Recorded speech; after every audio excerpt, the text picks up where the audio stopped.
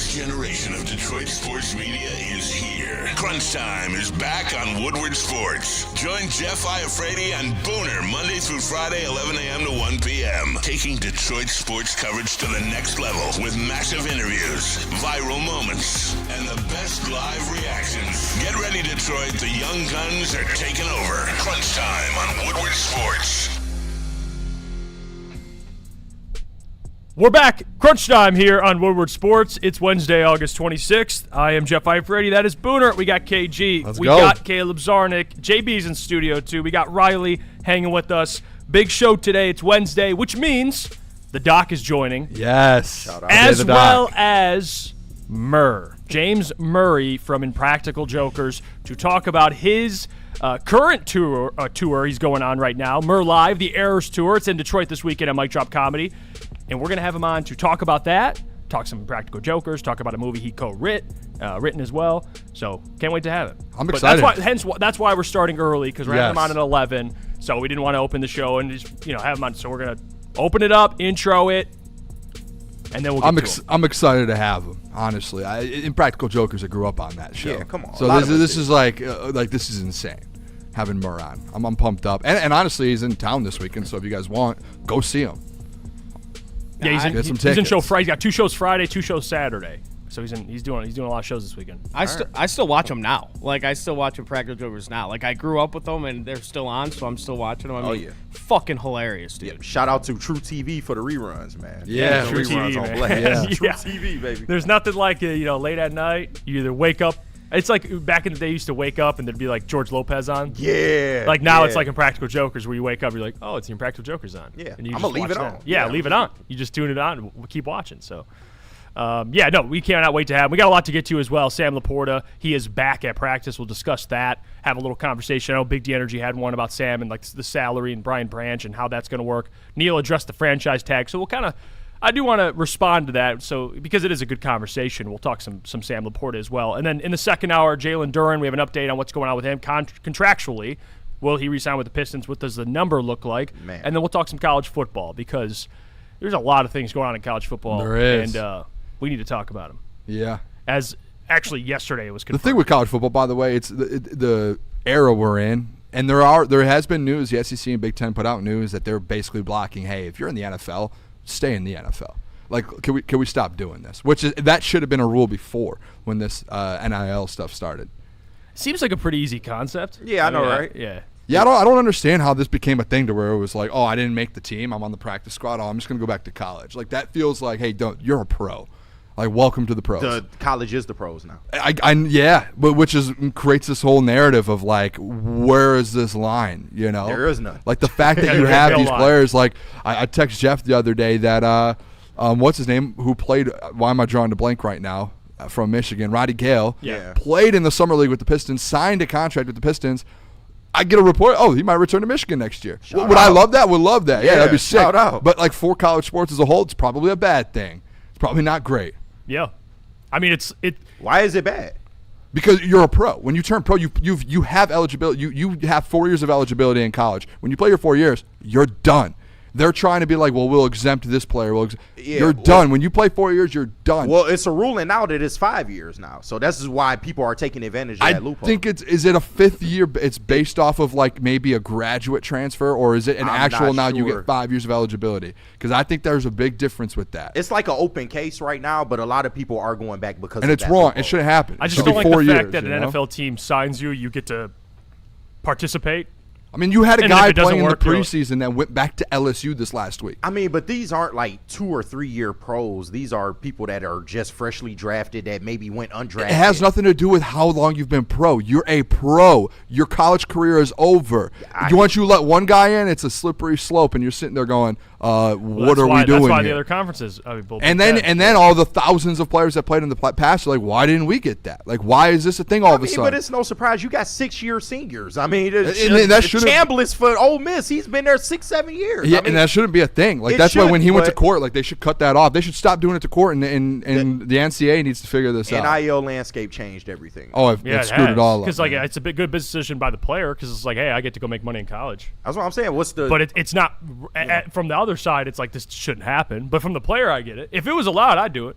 Go back, make a bag, go play college football. I mean, I would do it too, but I think it's just not right. It shouldn't happen. I would add an age wrong. requirement. That's the only thing I would change. I would like, hey, if you over the age of 23, 24, all right, you can't. I think it needs to be one of the either the age or two. It's like, hey, and or you get this age and then you're done, and or 4 years of playing, done. There's no like exceptions. Oh, I played this year for half. No, you played 4 years. It's done. Move on. Go to pros. Like I feel like, and it needs to be established. Like this is it. We have this conversation, by the way. We have this segment later in the show. I don't want to give too much away. Yeah, I'm excited to talk about it. Though. Just a fan says, I love that players argue, I'm so good, I should be a pro, fails, and then says, I'm just a college kid after that. That is a thing, by the way. That is crazy. Actually, now I'm a college kid. Bruce, Pistons will make a huge mistake if they give that dude $160 million. we don't talk about it. Yeah. I saw that report like, nah, no way. Yeah, we will definitely be talking about it. Steve saying, talking about Murr, he says he's doing a show in Detroit, spreading the word, doing a little promo. Yeah, he is. Shout out. And we're going to do our best to help him out as best as possible. Cause Go get tickets to awesome. his show. Yeah, honestly. I mean, one of my favorite things to do is go to comedy shows. It's a Yeah. blast. Oh, it's great, bro. Yeah, like it's up there. Take the lady out.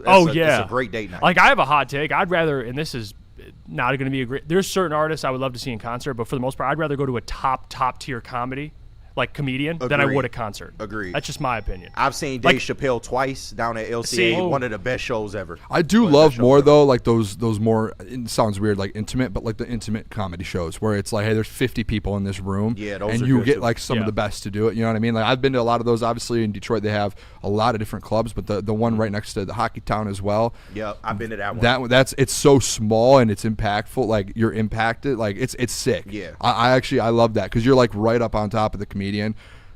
Sounds weird, but you Oh, really yeah. No, are. but Like, you're it's right there. It's true. But it's having some comfortable, drinks though. and going yeah, and doing they that. got service there. It's like Yes, Mark it's really Ridley's. nice. They got one Yep, out here. Yeah. I've been to, over here plenty of times. Yep. You know, because it's just like that. And I mean, we saw Shane Gillis in like a. We saw Shane Gillis before, like he was Before he Shane blew up. Gillis, Yeah, before but he it was blew like up. one of his last smaller venue shows that before he went to stadiums and arenas. Yeah. It was in Saginaw at their little hockey arena there. Nice. And we went there, and it was like he had that, and then a couple months later he was on SNL again as the guest host, and then he just started selling out arenas and stadiums. It was sick though. That's yeah. my take, man. I'd rather go to like a top comic than like maybe there are artists I'd be like, well, this guy's the exception. I want to Of go see course, him. But yeah. yeah, Agreed. there's something about being in a comedy club, dude, or a comedy show. It's KMG awesome. King said comedy clubs are the best. They are. They really Especially are. if they funny. Oh my god, Oh that's my a great time. gosh. Yeah. Yeah, I got to go to one where they involve the audience, start roasting people, because just like Murr does. Murr involves. He doesn't roast the people, but he involves the audience. Yeah. I It's get a little interactive. That's why I nervous in sit in the those back. moments Yeah, I though. sit in the back. I'm not. I'll be honest. I'll hand up and I'll say it. I get a little nervous. Like if I went to like a small rap Matt Rife show, I'm probably getting cooked. Yeah, you sensitive too. So I would be like, well, I wouldn't get mad, but I would just be like, I would be more so like a little like, oh no, like here we go. Yeah, that's it's tough, Yeah. dude. And I would probably get in the moment where I would try and say something back, not in a mean way, but like crack a joke, and it would just I would get destroyed. Dude. just sit in the back. That's all you gotta do. Yeah. Whenever I do comedy shows, I sit in the The back. last one I went to, I was in the front row, and then the whole time, all I could think was, "Oh no, here we go." Brad Allen says I was front row for Joey Diaz in Ferndale. Oh, that had to was have been hilarious. a great show. Yeah. Uncle Not familiar Joey. with his game. Joey Diaz? No, I'm not. Oh, Well, you would love him, KG. Okay. I think you would check like him him. out. He's just got stories up the, you know what? He's great. Motor City Patriot Morning, boys. Good luck topping the Big D top 5 list today. KG, you were epic. Love you. What was the top That five? was a today? really funny Top five white anthems, and there were so Wow. many Was white Party people in the anthems. USA on there? No, but it was an honorable mention. Somebody in the chat. What was your top five? Can we- Yeah, let me pull it up. My number 5 was "Let the Bodies Hit the Floor." Because I'm telling y'all, change when that shit. Goes. Hold on. All right, so I had "Let the Bodies Hit the Floor." I had 1,000 Miles by Vanessa Carlton. Oh, you that's- know, yeah. I walk 1,000 Yeah. miles. That one. Backstreet's Back. I had "We Will Rock You" that I ended up changing to "Final Countdown." And wow. and "Sweet Caroline" as number 1. So, that's a good one. yeah, white anthems, baby. Could we argue all summer long? Yeah, Could that be another white absolutely anthem? you I could. think Mr. Brightside has to be on. It was every on single it was on list. somebody's. Was it yours or I can't remember? I think it was Neil. Yeah, it was on somebody's list. What a top 5, by the way. Oh, That's man. an Unless the incredible bodies hit the top floor. 5. We could have did easily 3 hours on Yeah, it. it's the Oh, whitest. man. Yeah, I got to there's go a back lot and of- watch that. That's incredible. so funny. Shift in the chat said Booner versus Gary Owens. Oh, I don't like Owens. Gary Owens, That'd by be the way. He's awesome. not funny to me. Let's take a break. When we come back, we'll get into more. We'll be joined by our special guest. But first, we got to tell you about our friends over at Supreme Lending. Are we doing? All right, let me tell you about our friends over at Supreme Lending, because if you're buying a home or refinancing, it's a massive decision, and just like in sports, you need the right team behind you. That's why we're proud to have our friends over at Supreme Lending. Full-service lender. They boast a 99% close-line time rate and a 97% customer satisfaction score. All you have to do when you apply for an eligible loan, mention Woodward Sports, and you'll receive up to $500 off your appraisal. To score this deal, call the numbers on your screen and talk to Chad and Chris at Supreme Lending today. Woodward Avenue, the first paved road in America. Woodward Sports, the first sports network born in Detroit and made for Detroit.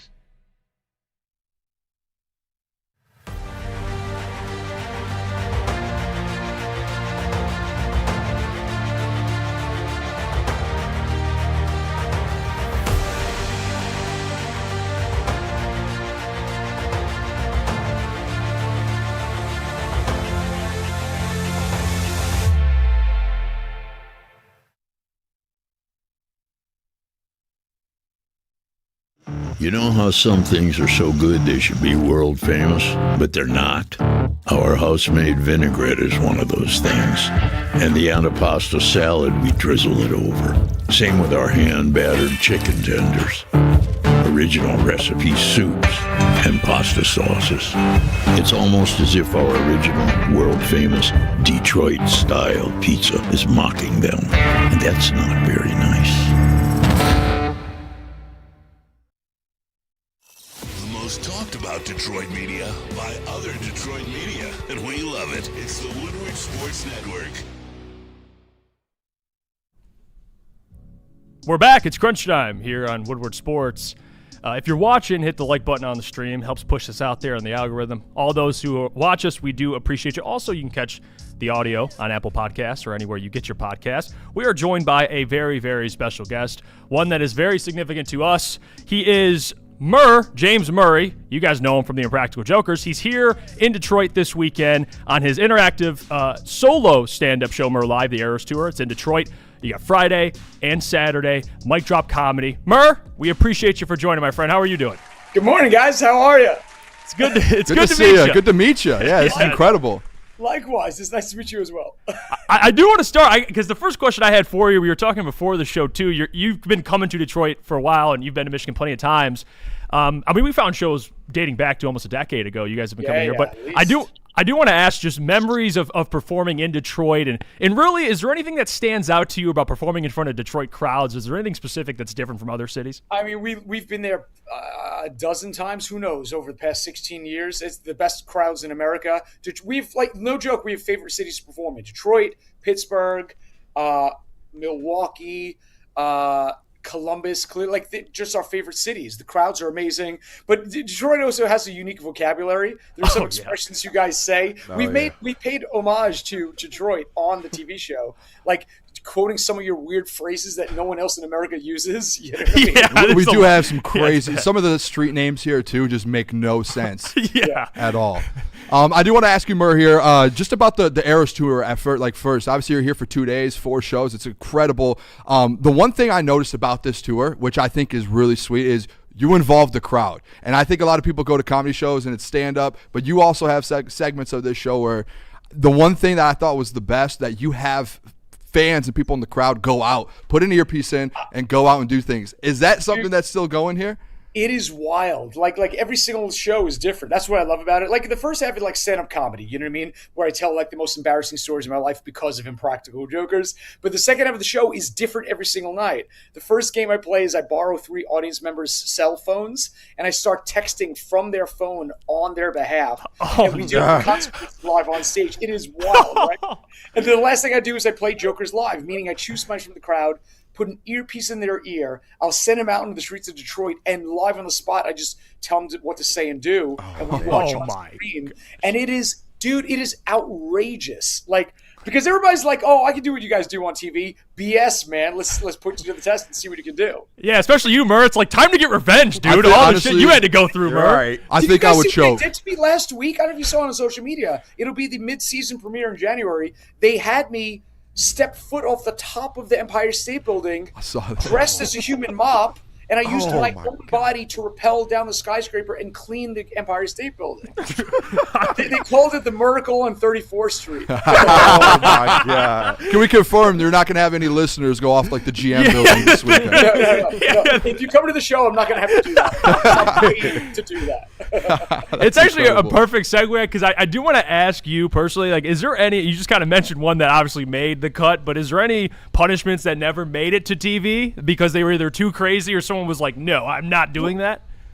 There's punishments that people watch on TV that like, oh, it's great, it happened once, but they don't realize it's still going in my real life, right? So like there was an episode literally 10 years ago where the guys shaved off my eyebrows and made me go straight to the DMV to get a new driver's license. What America doesn't realize is that was a 10-year punishment. So for 10 years until this March, this was my driver's license. I know. I look like a see something, say something. It was the worst. Like 10 years, it just expired in March. So I don't know if people realize that these punishments have everlasting impact on our lives, you know? That's incredible. Can I ask you too, like with the tour, what's like the craziest thing for a fan to go out there with the earpiece in that you guys have dealt with so far? We get the cops called on my show so many times because people don't realize that I'm the one in their ear telling them what to say or do, right? So I don't know what I can say live, but there was, can I say the D word? Yes, Yeah. let it fly. You're Okay. good. Okay. Yes. So I'd sent a guy out in Raleigh like a few months back, and it's very similar to Detroit this weekend, right? I had 2 shows one night, sent him out, he's acting crazy, doing whatever. Second show comes around, I send my buddy out again, right? And this time the cops are waiting for him because 4 different people in the public called the 911 on him from the first show, right? We had no idea. So the cop says to my buddy, he goes, if you say one more word to me, I'm going to arrest you. Not realizing that my cousin Joe from Brooklyn is beaming the signal into the comedy club, and I'm the one telling him what to say. So I told my friend, I said, ask the cop where you can find some good dick in this town. And he did, and he didn't get arrested. That's See, incredible.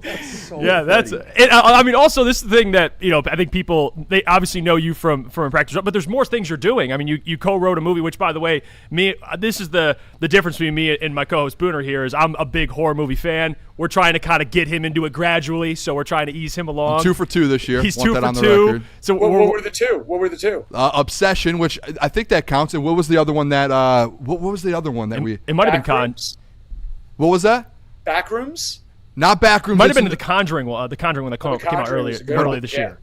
So Yeah, we're dude, so talk about that. Talk about that experience. We outside of Impractical Jokers for years, I've been writing horror novels. You know, I love horror as much as comedy, and one could argue that what they do to me on Jokers is horror anyway. Yeah. You know? Yeah. So my 5th book came out a few years ago. It's called Don't Move. Comes out in movie theaters in 3 weeks. It's in the movie is the rapper Russ, Lindsay Fonseca, Rob Riggle, T-Pain is in the movie. Q is in the movie from Impractical Jokers. It's like a great date night horror movie. And for some reason, I don't know how this happened, but like it's an indie movie, right? It's a great date night horror movie. But for some reason, the way the distributor booked the theaters across America, like a large majority of them are in Detroit. Like we're playing in like 20 different theaters all around Detroit. I swear, it's wild. Like, so Detroit is one of the cities I'll be surprising fans and popping into in September, showing up at movie theaters like 15 screenings a day to take pictures with everybody, to thank them for coming to the movie. That's It's awesome. I promise you, if you're new to horror or you love horror, it's a great date night horror movie. And you get your tickets at don'tmovemovie.com. You see all the theaters around Detroit is playing in a ton of them, man. It's really cool. I'll tell you what. I will be there. Hopefully, I'm in the theater that you pop up in, and we can actually meet in person. We can actually meet. I'm gonna go see it. It's gonna be my 3rd one of the year. Her 3rd Dude, horror movie. if I run into you at a movie theater, I'm going to put an earpiece in your ear and have you go out. Please do. I will. out there. That's Please. a deal. I'll try and I'll do my best too. I'll probably get a little nervous, but I'll do it. Yeah, I'm gonna have you take. The first thing I'm gonna tell you to do is take your pants off. Drop your pants. Bitch. Yeah, we're getting right to it. We're getting right fucking to it, dude. Hey, can I ask you, Murr? I'm sure you've gotten asked this a lot the last few years. Your guys' show's been going for 15 years. Incredible, 13 seasons. How do you guys navigate now the fact that you guys are some of the biggest stars on TV? I'll tell you what, like, so next week, there's a new episode tomorrow night, and then next week is the mid-season finale. You know, we take a break of like 2 months between, we split the seasons in half, and the mid-season finale is a perfect example of how we get away with it. So we wanted to do a real wedding, you know, and so we reached out to a bride and groom that had booked a venue, and they were fans, thankfully. So only the bride and groom knew that we were there filming at the reception. So their 300 guests had no clue. There were hidden cameras all around the reception hall, right?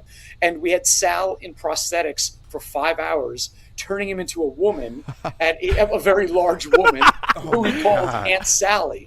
And we made him give a speech at the wedding. No one recognized him. Only the bride and groom knew. And at the end, we had hired a stunt woman to be on the dance floor when the bride tosses the bouquet, and we said, Sal, you're a fellow woman, get up there to catch the bouquet, and you see the woman in the purple, she's a stunt woman, she's ready for it, knock her down. And so in front of these horrified guests, he freaking pushes her. She face plants on the dance floor, and he grabs the bouquet. We destroyed the wedding, man. It was great. I know you guys are also you're showing never before seen footage on this tour too. That practical. How much is in that vault? Like, what's the never before seen vault look like for Impractical We Jokers? joke that there's. Well, keep in mind, like when we're performing, like let's say I'm testing out a new product and I'm an inventor and there's a focus group, right? Yeah. And you see me take the sheet off. I'm seeing it for the first time on TV. What you don't know is that we always do 2 products, right? So, and we use the whatever we like best on the show. So there's an entire other TV show that's never been seen. That's either too crazy for TV or like our alternate turns. We could honestly re-release every season of the show, every episode, like the flip side. Imagine like the flip side of a record, Yeah. you know? Yeah. And it would be as funny. It would be the same challenges, same punishments, but entirely brand new content. We could do it. We might get to it one day, but we're too busy making the show, you know? Well, we're excited. We appreciate you so much, number one, for taking the time to join us today. And for people watching, the audience, you guys can get your tickets. Again, he's at the Mic Drop Comedy at the Eras Tour, which you guys can get your tickets for, please, Friday, Saturday. We appreciate you so much, Murr, for taking the time. And good luck this weekend. Thanks for having me, guys. Thanks, Murr. Appreciate it. There you go. James Murray joining the show to talk about what he's doing this weekend. Get your tickets now. That was awesome. Get your tickets now. Shout out to Murr, dude. That was incredible. Yeah, he's one of a kind. No one will have to jump off the GM building. That's good to know. Yeah, thankfully. Yeah. There's lawsuits involved. Let's do a massage chair and buddies. Yeah, if you're looking to take your relaxation to the next level, then you've got to check out Massage Chair House in Bloomfield Hills, our largest massage chair room in the Midwest. They carry top brands like Infinity and Osaki, making it the go-to destination for premium comfort and cutting-edge wellness technology. Be sure to visit Dr. Eric Duncan, the Wellness Doc, creator of the #1 YouTube channel for massage chair reviews at the Wellness Doc. Book your visit today at massagechairhouse.com or simply scan the QR code on your screen.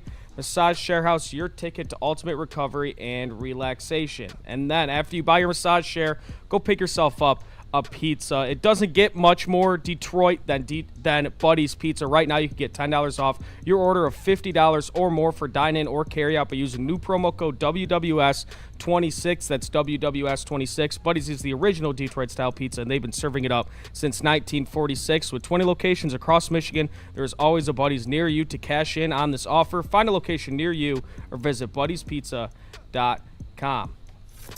Woodward Avenue, the first paved road in America. Woodward Sports, the first sports network born in Detroit and made for Detroit.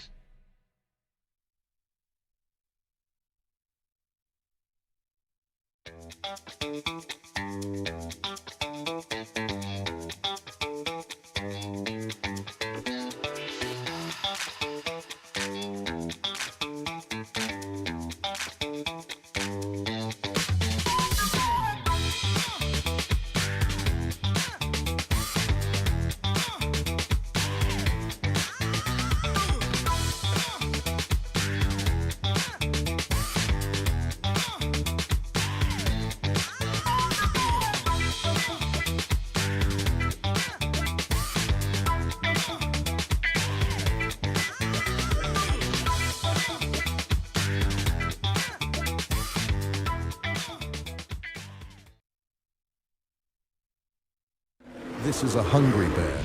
This is Carl and Jeff. Carl isn't worried because he has focused energy to spare thanks to Thrive energy pouches. Jeff didn't use Thrive when Carl offered. The bear is happy about that. Don't just survive, thrive. Dan Campbell is in redemption mode. No, make no mistake. It's not revenge he's after. It's a reckoning. And Woodward Sports is here to cheer on the Detroit Lions every snap. Don't miss a moment of Detroit Lions coverage. Follow Woodward Sports on all social media platforms now. Woodward Sports, let's go. All right, guys, it is time right now to upgrade your energy game with the Thrive energy pouches. Guys, get rid of those energy drinks, all the stuff that gets you energy, and go get yourself some Thrive energy pouches. They pack over 300 milligrams of clean and smart caffeine, including alpha GPC, L-theanine, all of that. You can go find them. You see on the screen there. You go to dipstop.com. You can get 15% off your entire order, guys, and use promo code WSN. Go get the peach ones, guys. Go buy like 6 packs of the peach one. The peach ones are incredible. So go get those. You can also find them at all Market Fresh and Market Square locations. It's Thrive. They just effing work. We're back. It's crunch time here on Woodward Sports. Shout out Murr joining the show. Appreciate him. It was a ton Incredible. of fun. Great, Yeah, it was sick. Super genuine human. I mean, everyone loves him on television, but to get to, actually talk to him on a personal level, I hope the audience was able to kind of relate to him and see more of just like down-to-earth Murr. So shout out to him for taking the time. We appreciate him. Get your tickets. And if you're just chilling this weekend and need something to do, go. He has 4 shows, 2 each day in Detroit. So go get some tickets. Check them out. Let's get to some Detroit Lions news, things that are happening, and the big one, which you saw the title talking about injury updates, is Sam Laporta is back at practice. This was yesterday that came out. So Rich Silva, credit to him, but he's back. Remember, that was the indefinitely thing we discussed. There was no timeline. It could be to the season. Dan wasn't really necessarily sure, but now we have the answer. He is back in the mix, and it's great news for the Detroit Lions. And I would put this guy in bubble wrap until week 1. Yeah, 100%. Be careful with him. Honestly, I don't want him playing on Saturday. Let him just get his rest, get practice, whatever it is. I will say I do think that, obviously, with the injuries of Sam Laporta, I can see why people did it. A little overreaction to the injury. A little bit, yeah. Like Dan, Dan's pretty genuine with people, and especially with the media. He's usually pretty straightforward with things. He doesn't lie. It felt like when he talked about it and Dan was like, hey, it's just something that we want to make sure that he's good to go for.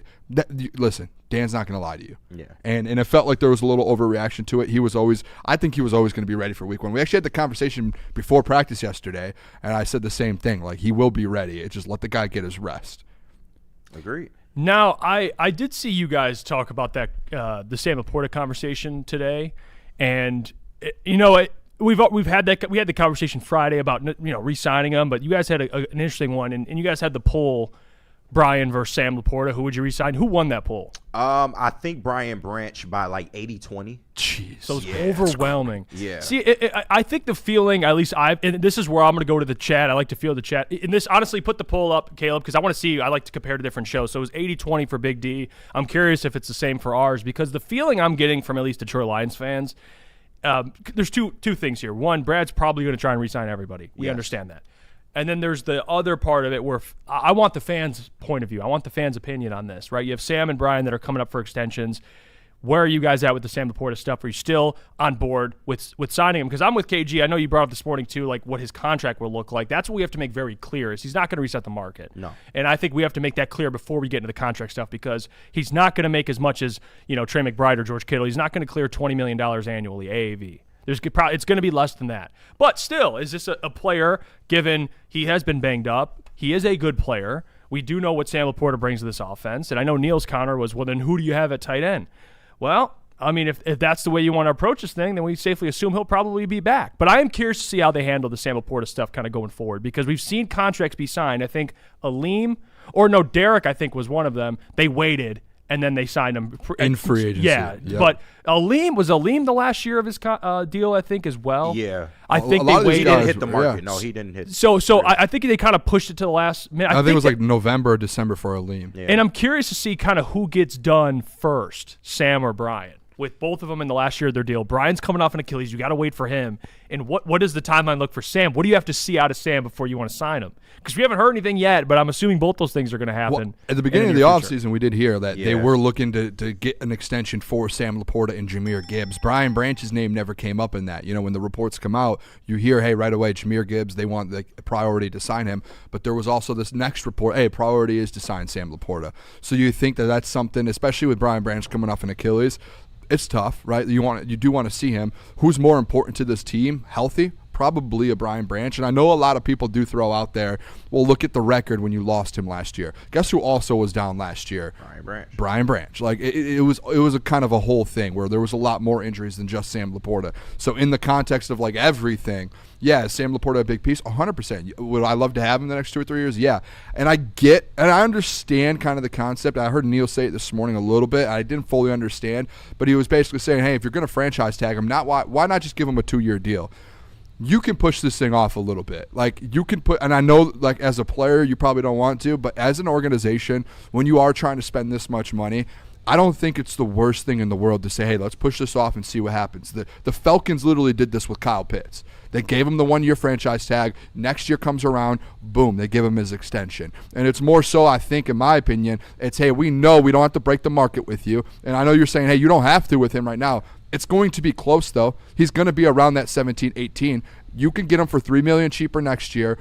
And then, hey, you can make that decision. If you come into the NFL draft next year, guys, and you find a tight end that you really love in the second, third round, you can make that decision to get him, have Brian Branch, Sam on that franchise tag year, and incorporate this new tight end, and then you can make your decision to move on or give him an extension if you don't like the tight end that you drafted. Now, Booner, can I ask you this? Would it be wise for a team that, you know, primarily gets their players through the draft and not free agency, would it be wise to apply a franchise tag and kind of limit what you can do in free agency in terms of getting depth for, let's say, your defense? I think that's kind of the exact point that it is. You're limiting yourself in free agency, which is this team hasn't been, and lean on the draft, which is what Brad has done. So you're basically doing that. True, but so $17 million off. It'll be like 15, 16 for a 1-year deal. You're not locked in long term.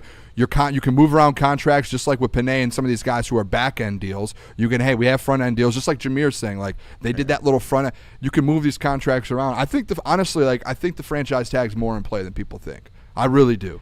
Yeah, sometimes like it's not a common thing, but I mean we just saw Pitts get franchise tagged and then extended. I don't know if that'll happen, but it's one of those things like I'm curious to see if Brad has the franchise tag in him. I don't know if I don't think he does. Some GMs don't like it. Some are more open to using it. I don't think it's necessarily a bad thing if used on the right position.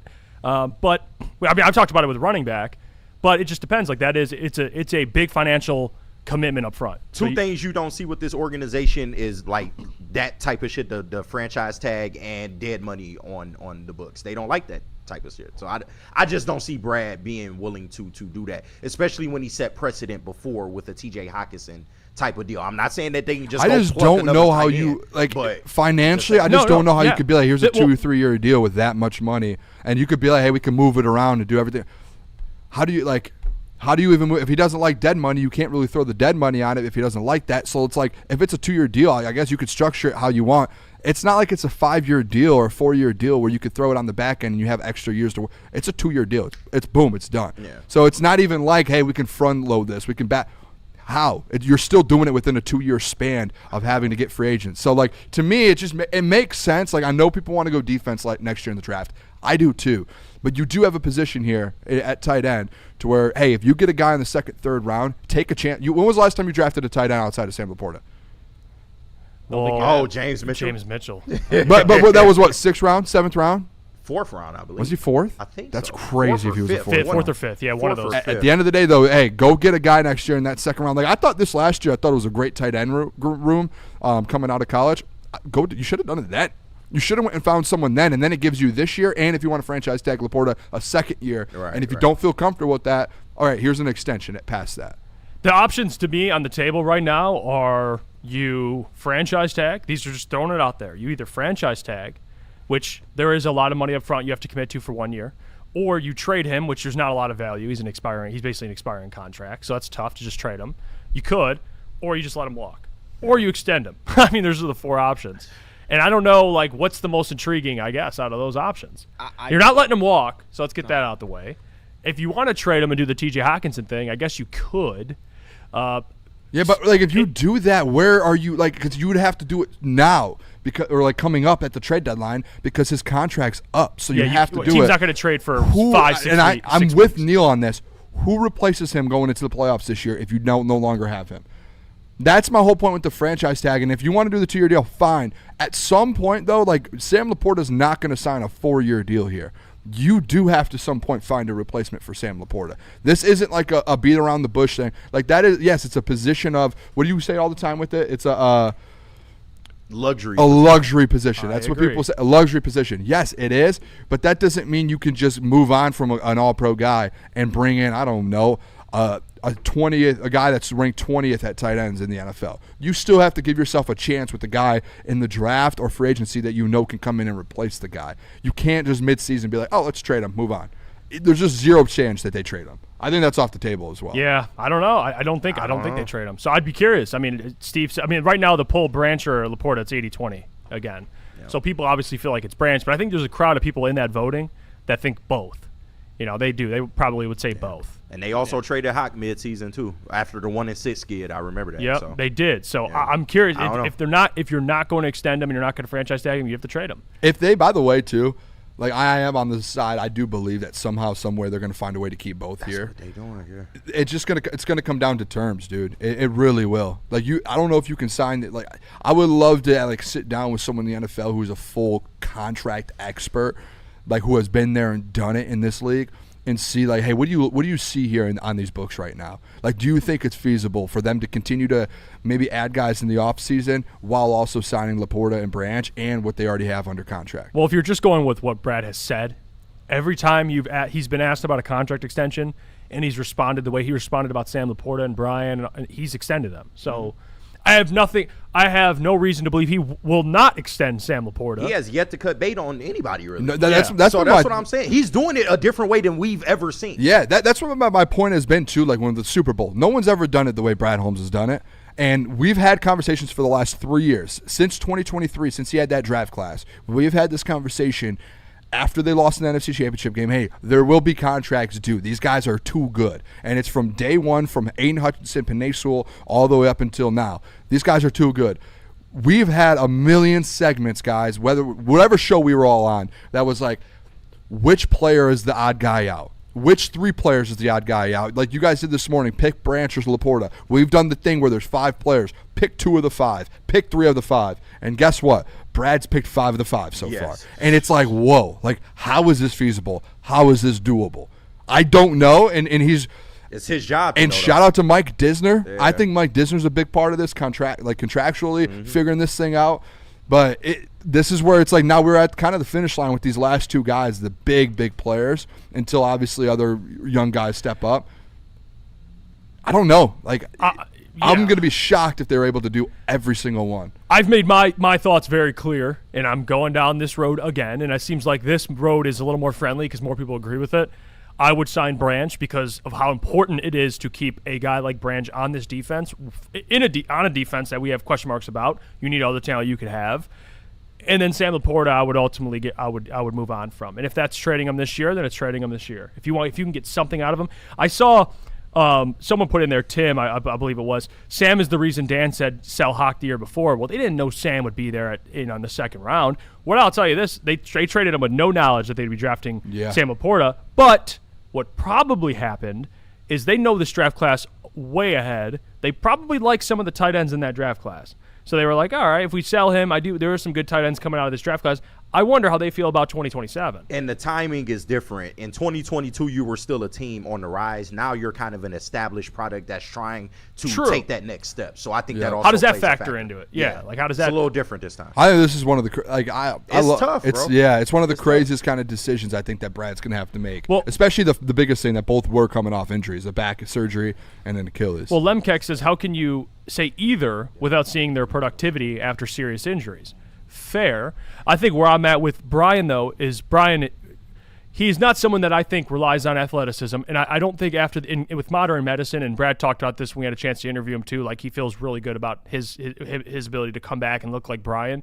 I'm just going to assume that's going to be the case, and I think healthy Brian is just too valuable. You just need to extend him. Unless he just comes back and he looks like a shell of himself, which I think is highly unlikely, but that could happen. But I'll say it right now, like that's a dude under any circumstances whatsoever, I'm re-signing and giving him money. I'll continue to say it. I love Sam Laporta, but this offense is so established, I don't think you need a tight end of his caliber to still maintain a top 5 offense. You don't. That's why my biggest thing is, like, I think you can find a guy in the draft, and I think it's just the scary part about it is letting Laporta walk and not having done that yet. True. You know, like what if you get a tight end in the draft and he's nothing, and then you're there. That's the risk. That's the risk that you run. That's why for me, you take that risk, but also you parlay it with, hey, it's basically like buying car insurance. Like, hey, we're going to franchise tag you for one more year, and if our guy that we draft here, and I know it sucks because Laporta's going to know that probably in the back, but hey, it's business, right? At the end of the day, we're going to draft a guy it's going to be you and him in 2027, and you're franchise tagged. If we like what we see out of this player, we're going to have to walk away because he's on a rookie deal. And that's I feel like it's the uncomfortable conversation, but if you're running a business, that's probably the right way to go about it. Or you see what happens with Kirby, and you can get out from under that contract. That part. And then you Spot extend on. Sam Laporta. There's other ways to get out of Aleem other too, contracts. even though we think Aleem will be back and good, you still got to see what it's going to look like. In that like. contract Maybe that's what they're waiting for, to see, like, hey, we have Mike Disner put in these built-in outs and opt-outs in some contracts. Maybe they go franchise tag because they know in 2027 there's even maybe a couple more outs that they could get out of. So, also, I would pay attention to if they keep a 4th tight end on this roster, because when you think about, they did sign a veteran in Tyler Conklin that in the event you would trade a Sam Laporta, you could have somebody step into that role for the rest of the season. Jackson Meeks and too, hit those two. Then you can figure it out later. So I'm just saying, keep an eye on that. Let's go to break. We come back. We'll be joined by John Macaroon, covers the Detroit Lions for Detroit Lions on SI. We got Yaldo. So let me tell you about our friends over at Yaldo. Guys, vision's important. You see DMAC on the screen. He got taken care of from the professionals over at Yaldo Eye Center, and he's been raving about the results ever since. LASIK's quick, virtually painless, and most procedures take only about 8 minutes. Many patients are back to seeing clearly as soon as the very next day. And right now, Yaldo Eye Center is offering an incredible deal. LASIK for just $1,999 per eye, regardless of your prescription. Call or text 248-553-9800 to schedule your free consultation, or visit YaldoEyeCenter.com. Yaldo Eye Center, the vision experts.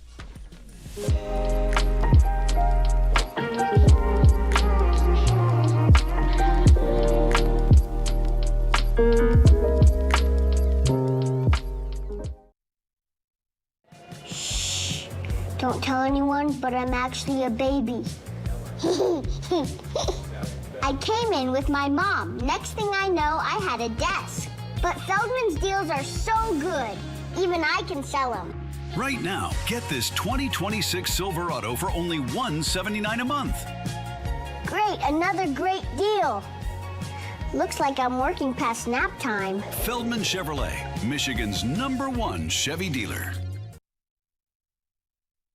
Planet Fitness now has even more best-in-class strength equipment. Join today for $1 down and save. We're stepping it up. We're not slowing down. Finding new faith, new focus. Love that new equipment smell. So, you in? Join the club today. Save when you join for just $1 down, $15 a month. Planet Fitness. We're all strong on this planet.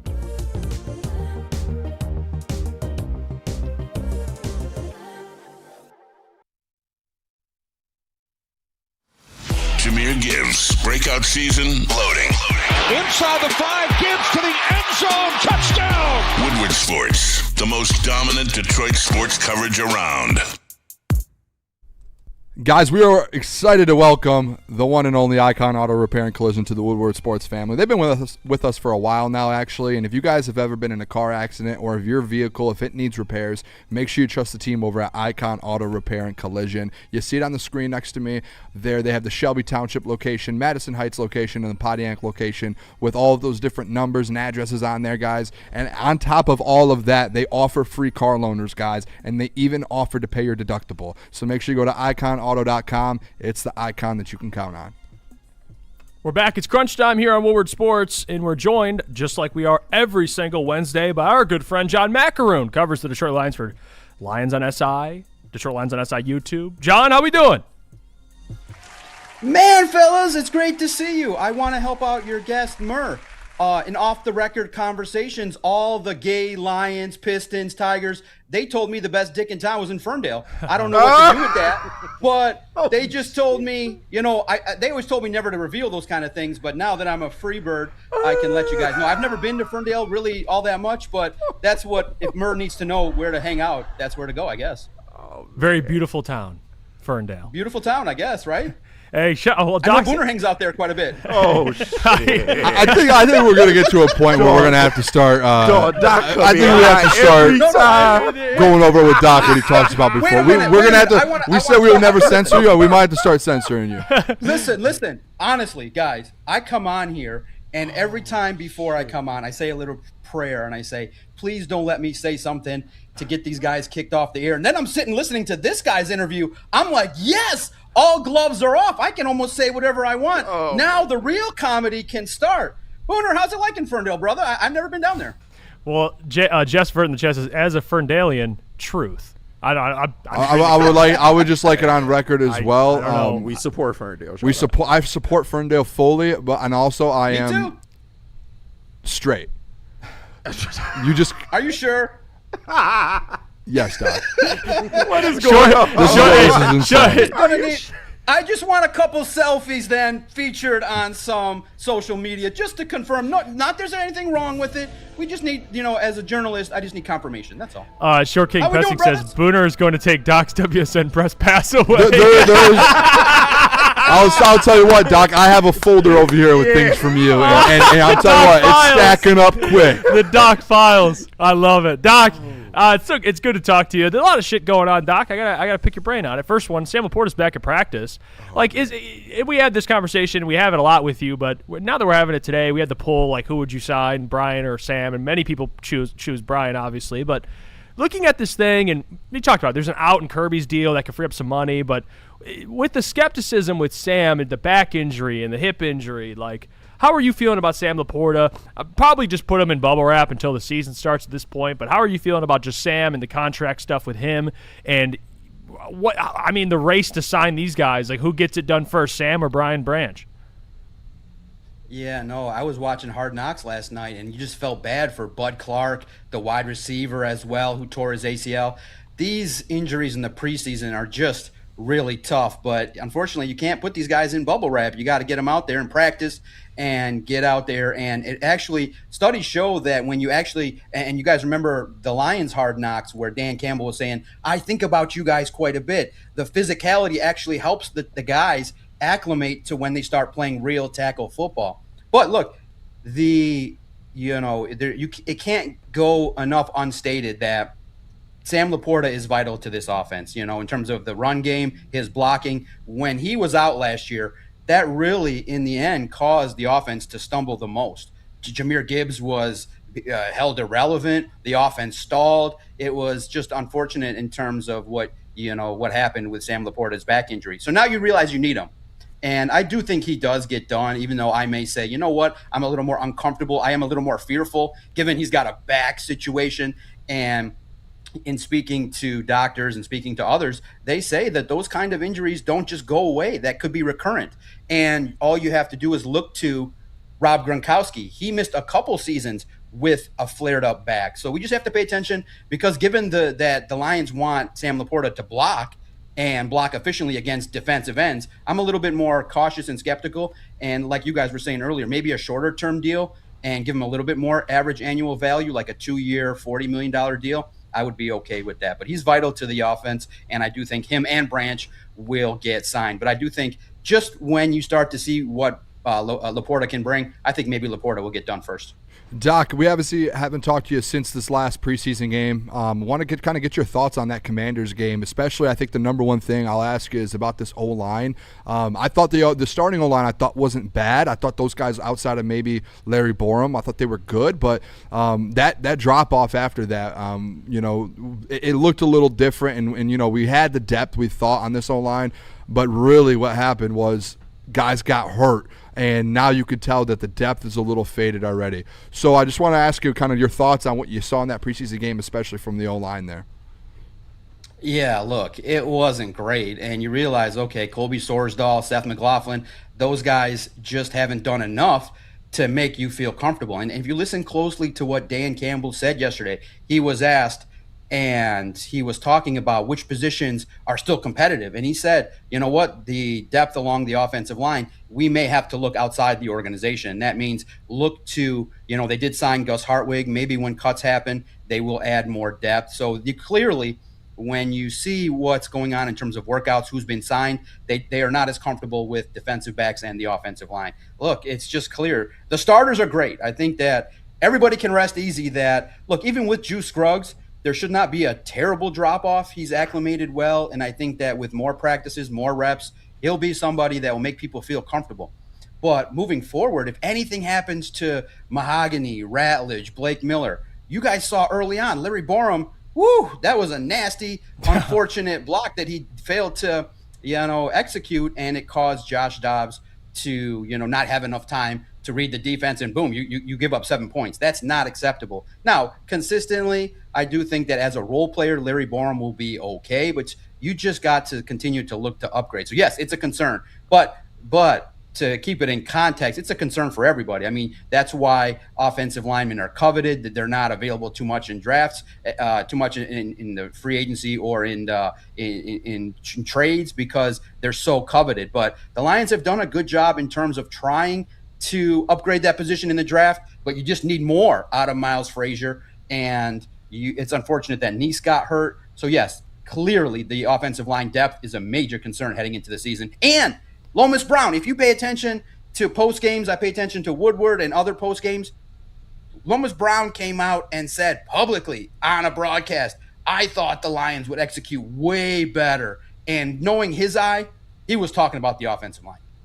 Well, Doc, I want to ask about the other side here. Derek Moore, DJ Wadham played. They got a sack each, and I know we're excited about the D-line. That's conversations we've had here. But how are you what are your takeaways just from the training camp and the preseason from just this defensive line, but more specifically the other side of Hutch? We've seen flashes out of Ahmed. DJ Wadham gets a sack. Derek Moore looks like he's looking very, very good. But how are you feeling about that edge 2 spot, the other side of Hutch, kind of heading into the season?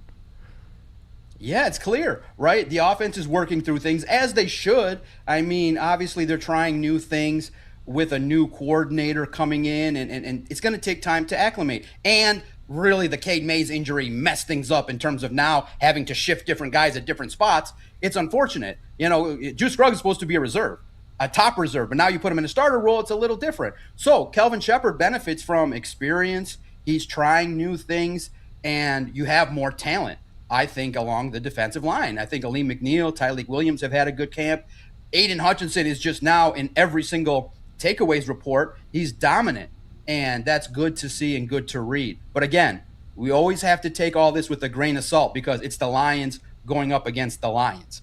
And now the competition kicks up when there's real game plans, when the league season starts. So, look, you take everything in the preseason with a grain of salt. But it is good to be reading that the defense is stepping up, making more plays, answering some questions about the defensive ends, and it's good to see Wonham making more plays at practice. Aiden Hutchinson, Peyton. I wish that Peyton Turner would get out on the field, but I don't even think he might not end up practicing once before training camp ends. So I think that his spot on the roster is in jeopardy. But Ahmed Hassani and Derek Moore give a lot of people confidence that this defensive line can do a lot more things, and I'm very comfortable starting the year with what they got. And let's go. Pressure the quarterback, stop the run, and get after it.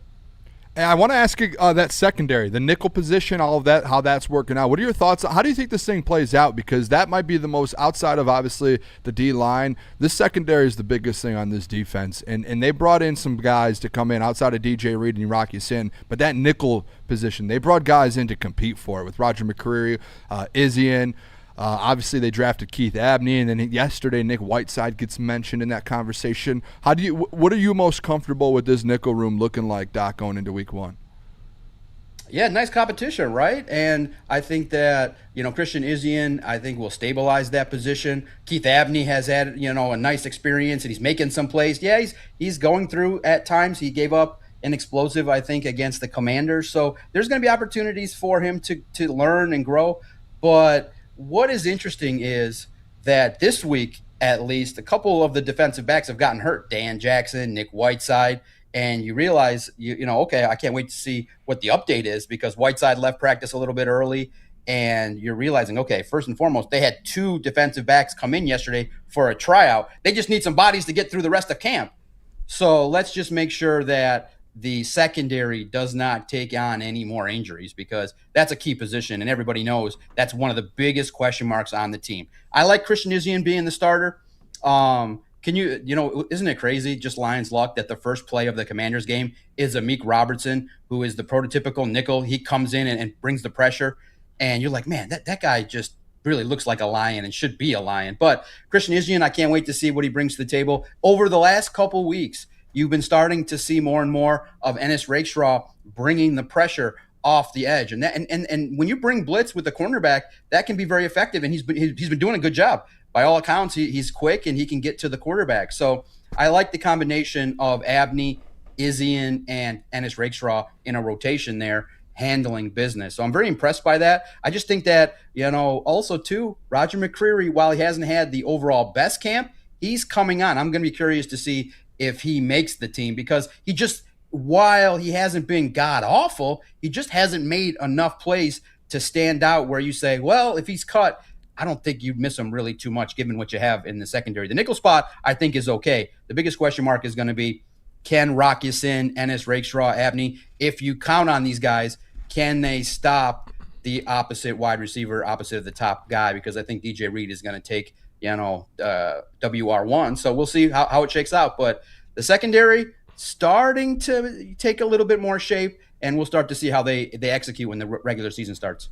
Well, Doc, they've brought in some guys. They've worked out some guys, more specifically guard, and they've worked out some different positions. And I know Dan mentioned it yesterday, how there's still some positions they want to see compete at the back end of the D-line room, and there's so much depth in there, and the offensive line depth there.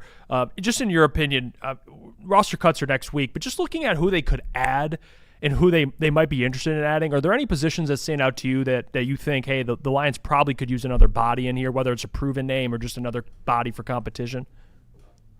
Yeah, isn't it wild that one of the first things that we learned about was Dan Campbell says, I want there to be a guard competition. And Mahogany's like, all right, let's go. Who is it? And nobody really stepped up. Miles Frazier, the first preseason game, was atrocious. And you're like, man, there really is no competition. So it's unfortunate Mahogany wins the job by default. So where do you look? I think that maybe backup guard, somebody out there, maybe not on the team, you'll look to add.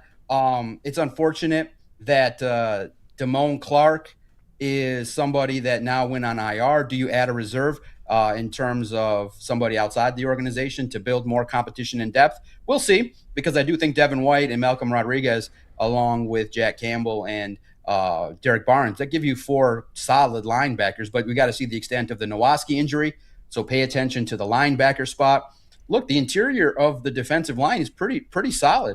I think that you have enough depth there, and including a guy like Ben Steely, who we wrote about earlier today, he's starting to make a case for himself, a veteran that if he doesn't make the team, I see an opportunity for him to be at least on the practice squad. He's making plays and doing things, so I think you're comfortable.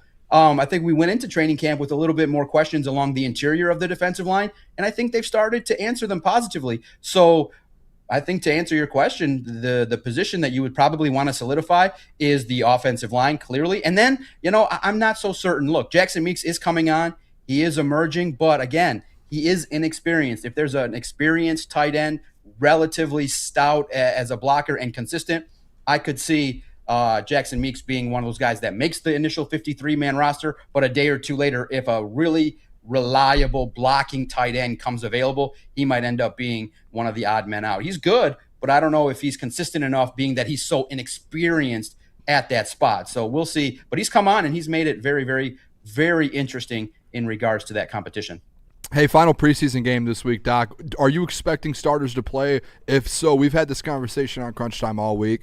How long do you want to see them play? Is there going to be a time where maybe if they go 3 and out, are you concerned? Like, what are you going to be looking for if these starters play on Saturday?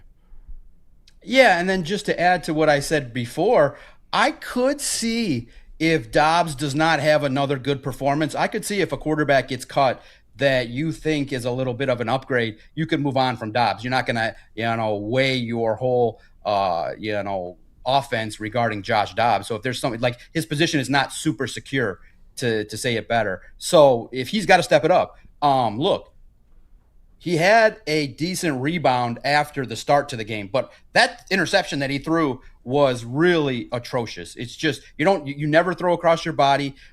You were starting to try to build momentum after a turnover. So it's even more important to secure the football. So that mistake was pretty bad, but he rebounded better. And you saw, what a mobile quarterback can do if the opportunity presents itself. Now, the Lions starter doesn't maybe have that capability, but it's nice to see if you can pair a smart quarterback with a little bit of athleticism. I think Drew Petzing would be even better of an offensive coordinator. So I'm curious to see how the quarterbacks play. I don't think Luke Altmaier can do enough to get the backup job, but done enough to at least earn a spot on the practice squad, which is something. So I want to see the backup quarterbacks. I do want to see the wide receiver battle. Man, it's crazy too. I do believe in the Detroit Sports Podcast curse, meaning everything we talk about positive with the Lions, the next play. I was just raving on our Twitter page at Detroit Podcast. I'm like, man, I'm really impressed with Cedric Wilson. All the former Dolphin beat writers were like, man, you guys got a guy. He's actually proficient. He can do it all. He's somebody that can come in and earn a job. The second I tweet, 2 plays later, he's out, and now he's on injured reserve. Won't play. Have an opportunity to win a job. I thought that would have been a nice competition for this week with Tay Martin, Lucky Jackson, Tariq Black. That was going to be nice to see who's going to step up at wide receiver 4, 5, and 6 to kind of make it a competition. So that sucks. I thought Cedric Wilson might have been a nice add on this roster, but I think that now, by and large, a name to pay attention to, and the name I'm probably going to watch most is Tay Martin, because he's talked about quite a bit. He's a big, tall receiver. He's making plays every single day. And he can also add on special teams. So that's the prototypical player the Lions like. I would not – listen, you said you're going to play the starters at home. There is nothing to gain in this contest. This game is all 2s and 3s. No starters at all, not one. You need as much depth and health as humanly possible. What are you going to see? What do you need more to see from Jahmyr Gibbs? You see that he can catch the ball out of the backfield. He's going to emerge. He can run. He can be explosive. You don't need to see any more. You don't need to see any more out of Tyler Conklin.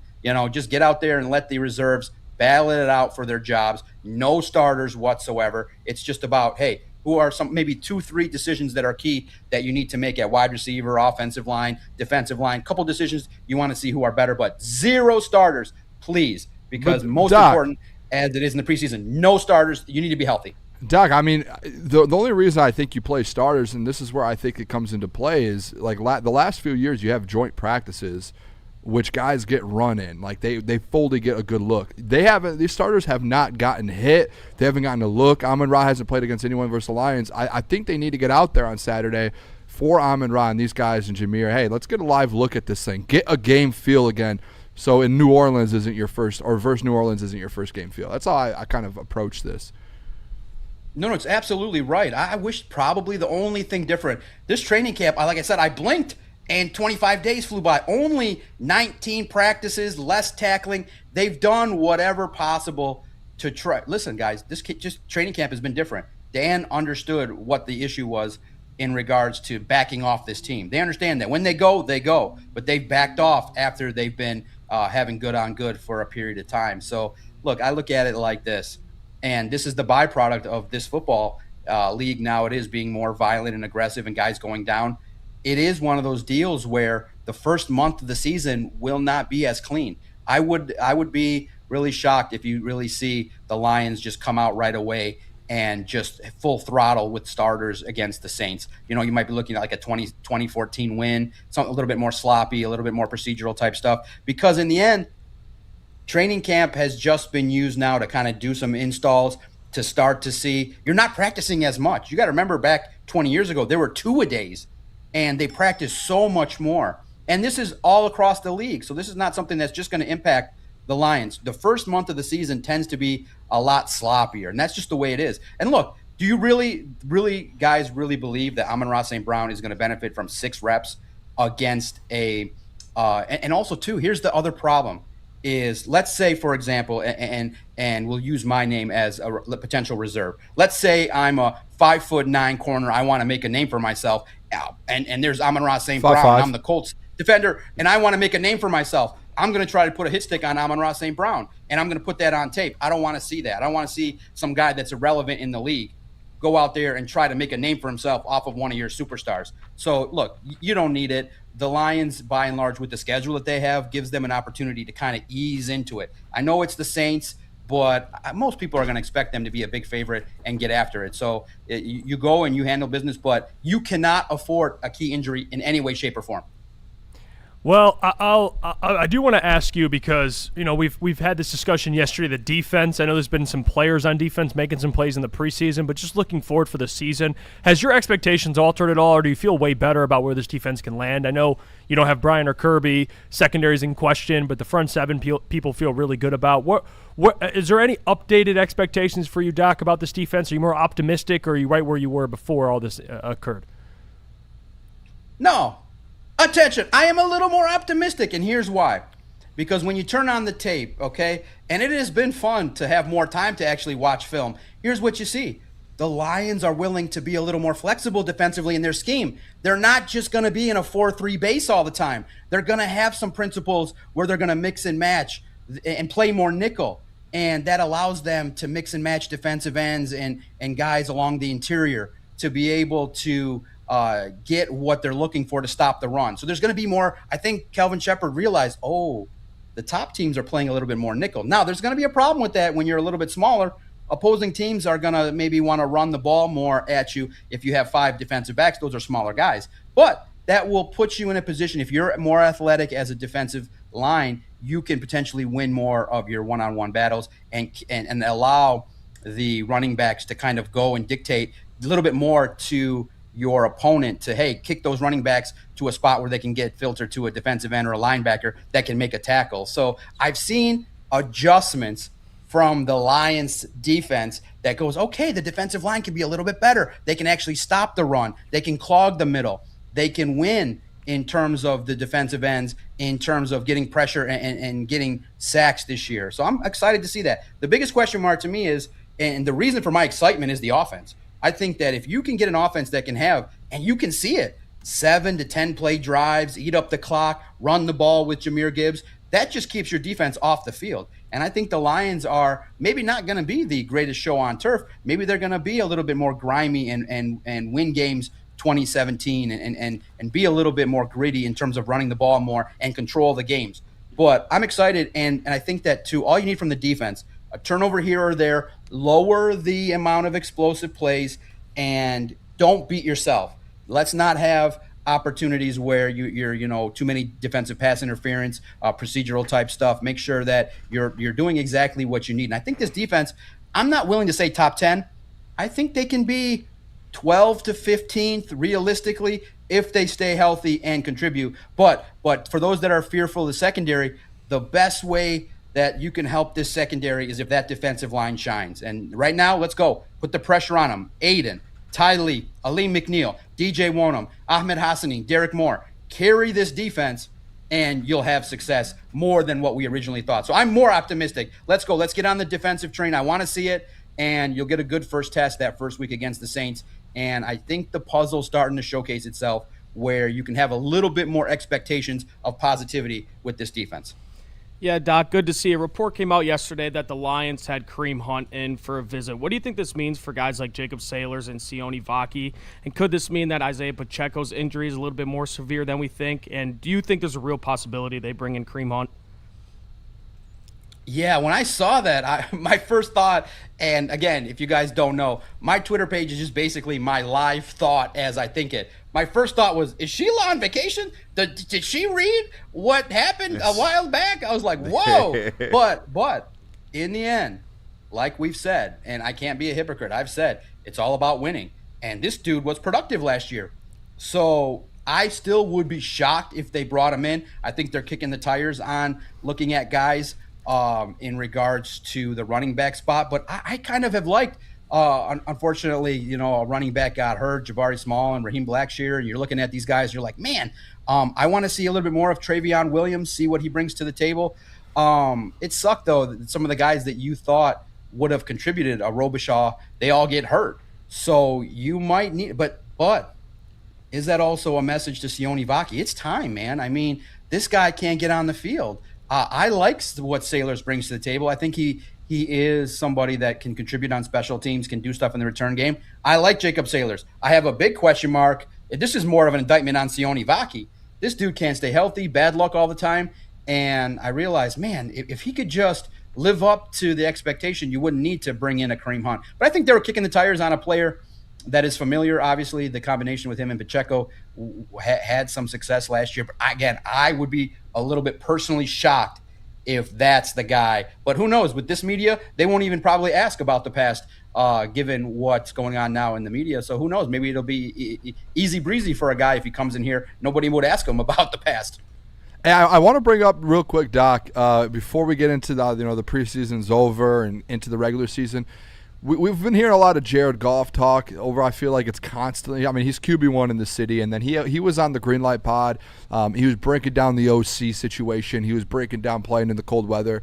Can I just ask you your expectations going into this year for Jared Goff? Do you think he can get back in with this easy schedule, back in that kind of MVP candidate conversation that he was in 2 years ago? And we've seen the gradual increase every single year in his numbers, and he just seems to be getting better and better and more comfortable.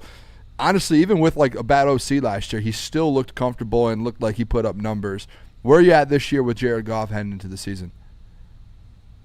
Yeah, let me give Lions PR a free lesson here. Listen, the 5 minutes that he spends with local reporters is a waste of time.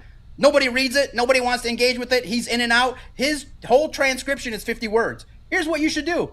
Just bring in Chris Long or any former player to interview Goff. He used the MF word. He cussed. He opened up. He acted like a human with a former player. And that's typically how it goes.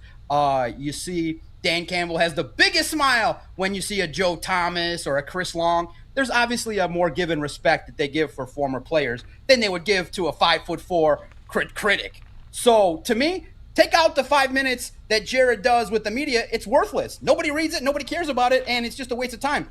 Bring in somebody where Jared will talk. And with Chris Long, it was engaging. It was interesting. And also he did an interview with the Athletic Football Show that was also very positive, where you could see his thoughts on film review. So when he's comfortable and he's not with local reporters and he's not just trying to spit out words to get through it in 5 seconds, he's actually very engaging. And so I'm not changing my tune. For those of you that said, Doc, since your situation, you've been salty and negative. Did you forget that the doc said, I think that my bold prediction, which I still haven't fired off yet in print, but I've said it here, I think Jared Goff could have 5,000 passing yards this year. I think that with J-Mo cooking and getting a lot of yards after the catch, with Amon-Ra, if Tesla gets it in gear and a lot of passing yards after the catch for Jahmyr Gibbs, I could see Jared Goff having 5,000 passing yards, having a real good season. And given that schedule, for me now, Jared Goff is no longer a regular season guy. He just go do your business, stay healthy, and I need him to peak when the pressure's the hottest in the postseason. So I'm just going to assume Jared Goff is QB1. He's durable. He's healthy. He'll get you to 10, 11 wins. And for me, it's fast forward to week 1 in the playoffs when the opposing defensive coordinator's like, let's blitz the shit out of this guy. Let's bring pressure from a lot of different ways. Can he continue to shine in certain moments? And let's hope the offensive line cooperates. So that's what I'm excited to see. But Jared Goff is good enough for the regular season, and let's go. I think he's going to have a big statistical year. And, of course, there'll be ups and downs. But for him, it's just making sure when he hears the pitter-patter of pressure, just evade it, drop it in the dirt like you always have, and get to the next play. But number one rule, it's not about Jared Goff. Dear 5 offensive linemen, protect his ass. When you protect him, he'll be lethal. Speaking of lethal, how lethal can Drew Petzing be, Doc? That's what we want to know. And that's also part of the interview. He hyped up Drew Petzing, kind of compared, just some of the things that, great OCs do. And Jared's had Sean McVay and Ben Johnson. And, he had John Morton last year was a complete disaster. But Drew Petzing seems to be like the hope of all Lions fans. There's a lot of people that are on board with him. Some people that are not on board with him, more skeptic. We're a pro-Drew Petzing show. But it seems like everyone in that building loves him. And the thing I brought up when we talked about Drew Petzing, Doc, is good OCs have a common trait, and good coaches have a common trait. They understand how to they have a great dynamic with their players. Like John Morton, you were there. The offensive line's pissed off. Everyone's uncomfortable around John Morton. Not a great locker room with the player's guy, despite what he may know schematically, and it didn't work on the field. But Drew Petzing seems to understand the relationship side of being a coordinator. How optimistic are you, and what have you kind of seen from Drew Petzing so far with the Detroit Lions and heading into the season? You could throw Mike Kafka on top of that. Obviously, he's going to help out a lot as well. Yeah, no, it's great, man. I'm excited because, look, he's got tools. He's got a lot of weapons. But first and foremost, off the record now, I can share and reveal, the Lions got a file about you guys. They were like, wherever Drew Petzing was in Indy, there was Booner and Hefe. Like, they wouldn't he was a little concerned. He told me, in a text. It was actually the opposite. Like, we were walking around, we looked behind us, like, it was Drew listen, Petzing. He put on a public-facing front, but he's like, man, Booner likes to stand a little too close. You need to back away a little bit. He thought maybe you were going to ask for his autograph. So just a little bit more professionalism from you guys. He thought that, he didn't know how to handle if you guys were going to ask for a selfie. He was a little uncomfortable. So don't ask for a selfie, okay? Because he's a little uncomfortable. He's a little more shy than he leads on. It's Doc. The guy Doc just spews lies. Maybe that's how I perceived it in my message, if he ever were to reply to me. But I'll say that. Drew Petzing, I think, is very bright. Oh my God, when you see him talk ball, look, you just need. The only thing I want to say is I just don't want to leave this season with people saying he's a Temu Ben Johnson. Okay, if he can become a real Drew Petzing and call this offense, it can kind of lend to Dan Campbell kind of shedding the reputation that he can't hire coordinators. So I'm excited for Drew Petzing. I think that when you have this level of talent at your disposal, it's just about making sure that the right guys get fed and you understand first and foremost what Dan wants. Okay, Drew Petzing is not stupid. Okay, he understands. Run the ball. Make sure that you get this offensive line to execute, win reps, and be able to get this and feed Jahmyr Gibbs first and foremost. And then it's about spreading the ball out to Amon-Ra St. Brown, J-Mo, and making sure Isaac Tesla develops. But first and foremost, for Drew Petzing, get that offensive line to shine and get Jahmyr Gibbs going. He'll be okay. I think that the early complaints about Drew Petzing from Cardinals fans was his offense was a little predictable. So you're going to have to mix in some wrinkles because clearly I think the early strategy from the Saints or most teams will be stack the box, don't let Jahmyr Gibbs beat you, and let's see the creativeness that Drew Petzing brings to the table. That's the first thing I'm going to look for the first month of the season. How creative are you? And can you mix in a little more explosive plays in this offense? And you need J-Mo to cook. You got to get J-Mo at least 1,200 yards, 8 to 10 touchdowns, and he just can't be training camp darling. He's got to bring in the regular season too. Feed J-Mo too. Hey, I want to ask you, Doc, I think I already know what your answer is going to be, to be honest, but the new uniforms, what are your thoughts? Yeah, that was crazy that the league planned a release at 10 a.m. on a Tuesday, and you wake up and you're surfing. You're like, wait a minute, I think this is kind of. First of all, I thought it might have been like, wait a minute. You're always a little more skeptical. You're like, wait a minute, is this actually released? And I looked at it and I said, this looks like the Panthers uniform. That's what I said. I just looked at it like, first and foremost, the caveat is I am no uniform aficionado. I'm no clothes aficionado. That's the last thing I care about is clothes and fits and anything like that. But I just, my thought was, it's okay. But I saw the reaction and it was justified. And I just think that what Detroiters want is stuff that kind of makes people think of Detroit. Why would you, and all I ever think about is when people are sitting in a meeting room, and I've always surrounded myself with people who hate on me the most. I don't surround myself, despite what you may think, I don't surround myself with yes people. Most people tell me, you need to do this better, do that better, do this better, improve this, improve that. And I just think that people sat around the room and were like, wow, this is really great. Did anybody speak up and say, this shit looks like the Carolina Panthers. This shit sucks. That was my reaction was, I don't know. But full disclosure, when Rod Wood said at the owners meeting, I think we settled on something that everybody's going to like, I knew right away it would suck. That was my brain. My brain was like, yeah, if you think it, then you're so out of touch with reality of what fans want that I lowered my expectation. These are jerseys. It's not something I particularly care about. But now the other side, now that we're welcoming in a new Lebanese president, I'm also pissed off because the Lions left a shit ton of money on the table. Nobody in their right mind, outside of one or two slappy reporters, and you know who they are going to buy those uniforms. So I look at it from a lost business perspective. Ain't nobody with a brain going to buy a jersey that looks like that. It's lost money, lost revenue, and you embarrassed the city because the whole reaction, it was not just me. Big names, and everybody was like, this shit sucks.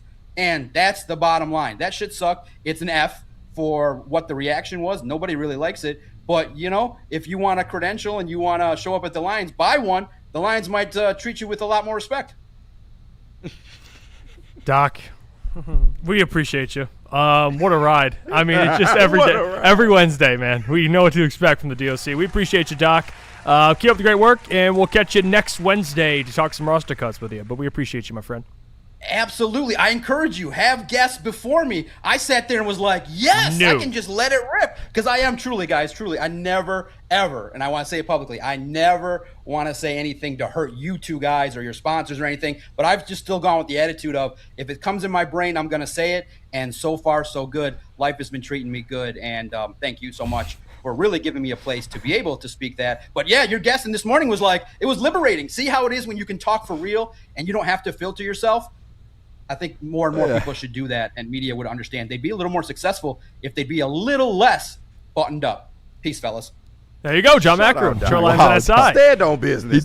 He said, I'll say whatever comes to my mind as long as it doesn't hurt you guys. So far, so good. I don't know about so far, so good, Doc. I mean, hey, man. To drop the Ferndale just at the beginning. Yeah, that was crazy. He got to stop coming in so hot. Yeah, we got to have. Let's get out of here, man. Let's go to break. All Day IPA, tell me about it, Moon. Actually, we'll double up All Day IPA and Gold Crown. We're not getting out of here. We're still going to be around. Dan Campbell, by the way, speaks at 12:30. Right. Are we allowed to live stream it? You did it yesterday. I think we should do it again. So, guys, if you are here, we will be playing the Dan Campbell press conference in about 20 minutes. But until then, go get yourself a legendary all-day IPA from Founders Brewing, guys. Right now, it marks the 15th year anniversary.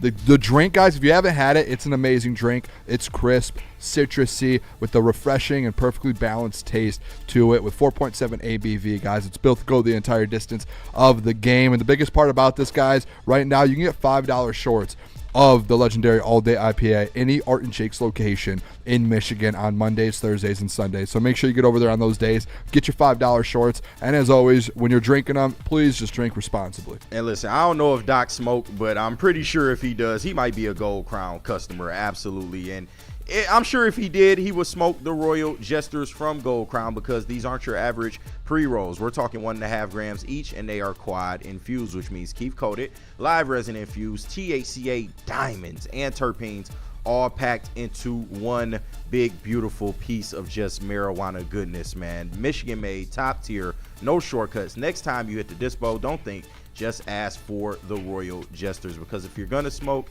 you know the slogan by now, smoke like royalty.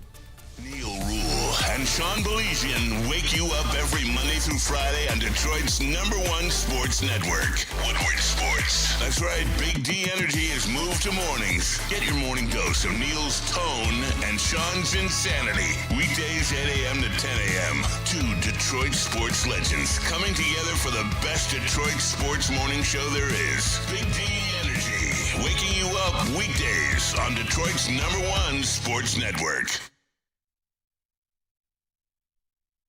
It is Joey with Woodward Sports, and in 2017, I trusted Dr. Yeldo with my eyes, and it was the best decision I've ever made. No more glasses or contacts, just clear vision every single day. Hi, I'm Darren McCarty, 4-time Stanley Cup champion. If I had LASIK back in the day, I probably would have won 8 Stanley Cups. So if you're thinking about LASIK, do it now. Tell them, Doc. Come see me. You have nothing to lose. It's a free consultation. For a limited time, LASIK only $19.99 per eye. Call Yeldo Eye Center. Let them know Woodward Sports sent you. But please don't wait like I did.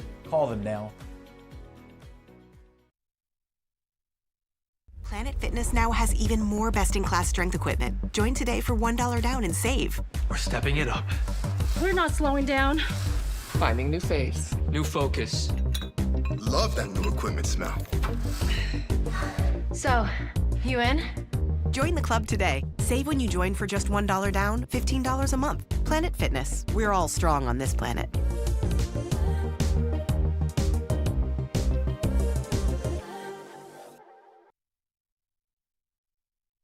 For more Detroit Tigers Tigers coverage. Make sure you subscribe to Woodward Tigers on YouTube. All Tigers, all the time. For the hardcore Detroit sports fans who can't get enough of the Motor City's teams. All season long, you'll get non-stop Tigers content from on-field interviews, post-game reactions, and roundtable insight from Woodward Sports.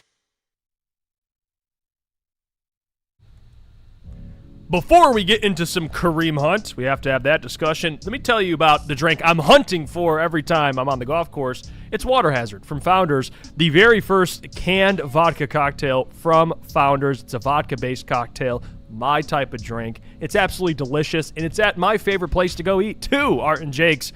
Any Art and Jake's location in Michigan on Mondays, Thursdays, and Sundays, you can get $5 cans. These babies pack a punch. And that's why I love them. They're excellent to drink. They're delicious. But always remember to please drink responsibly.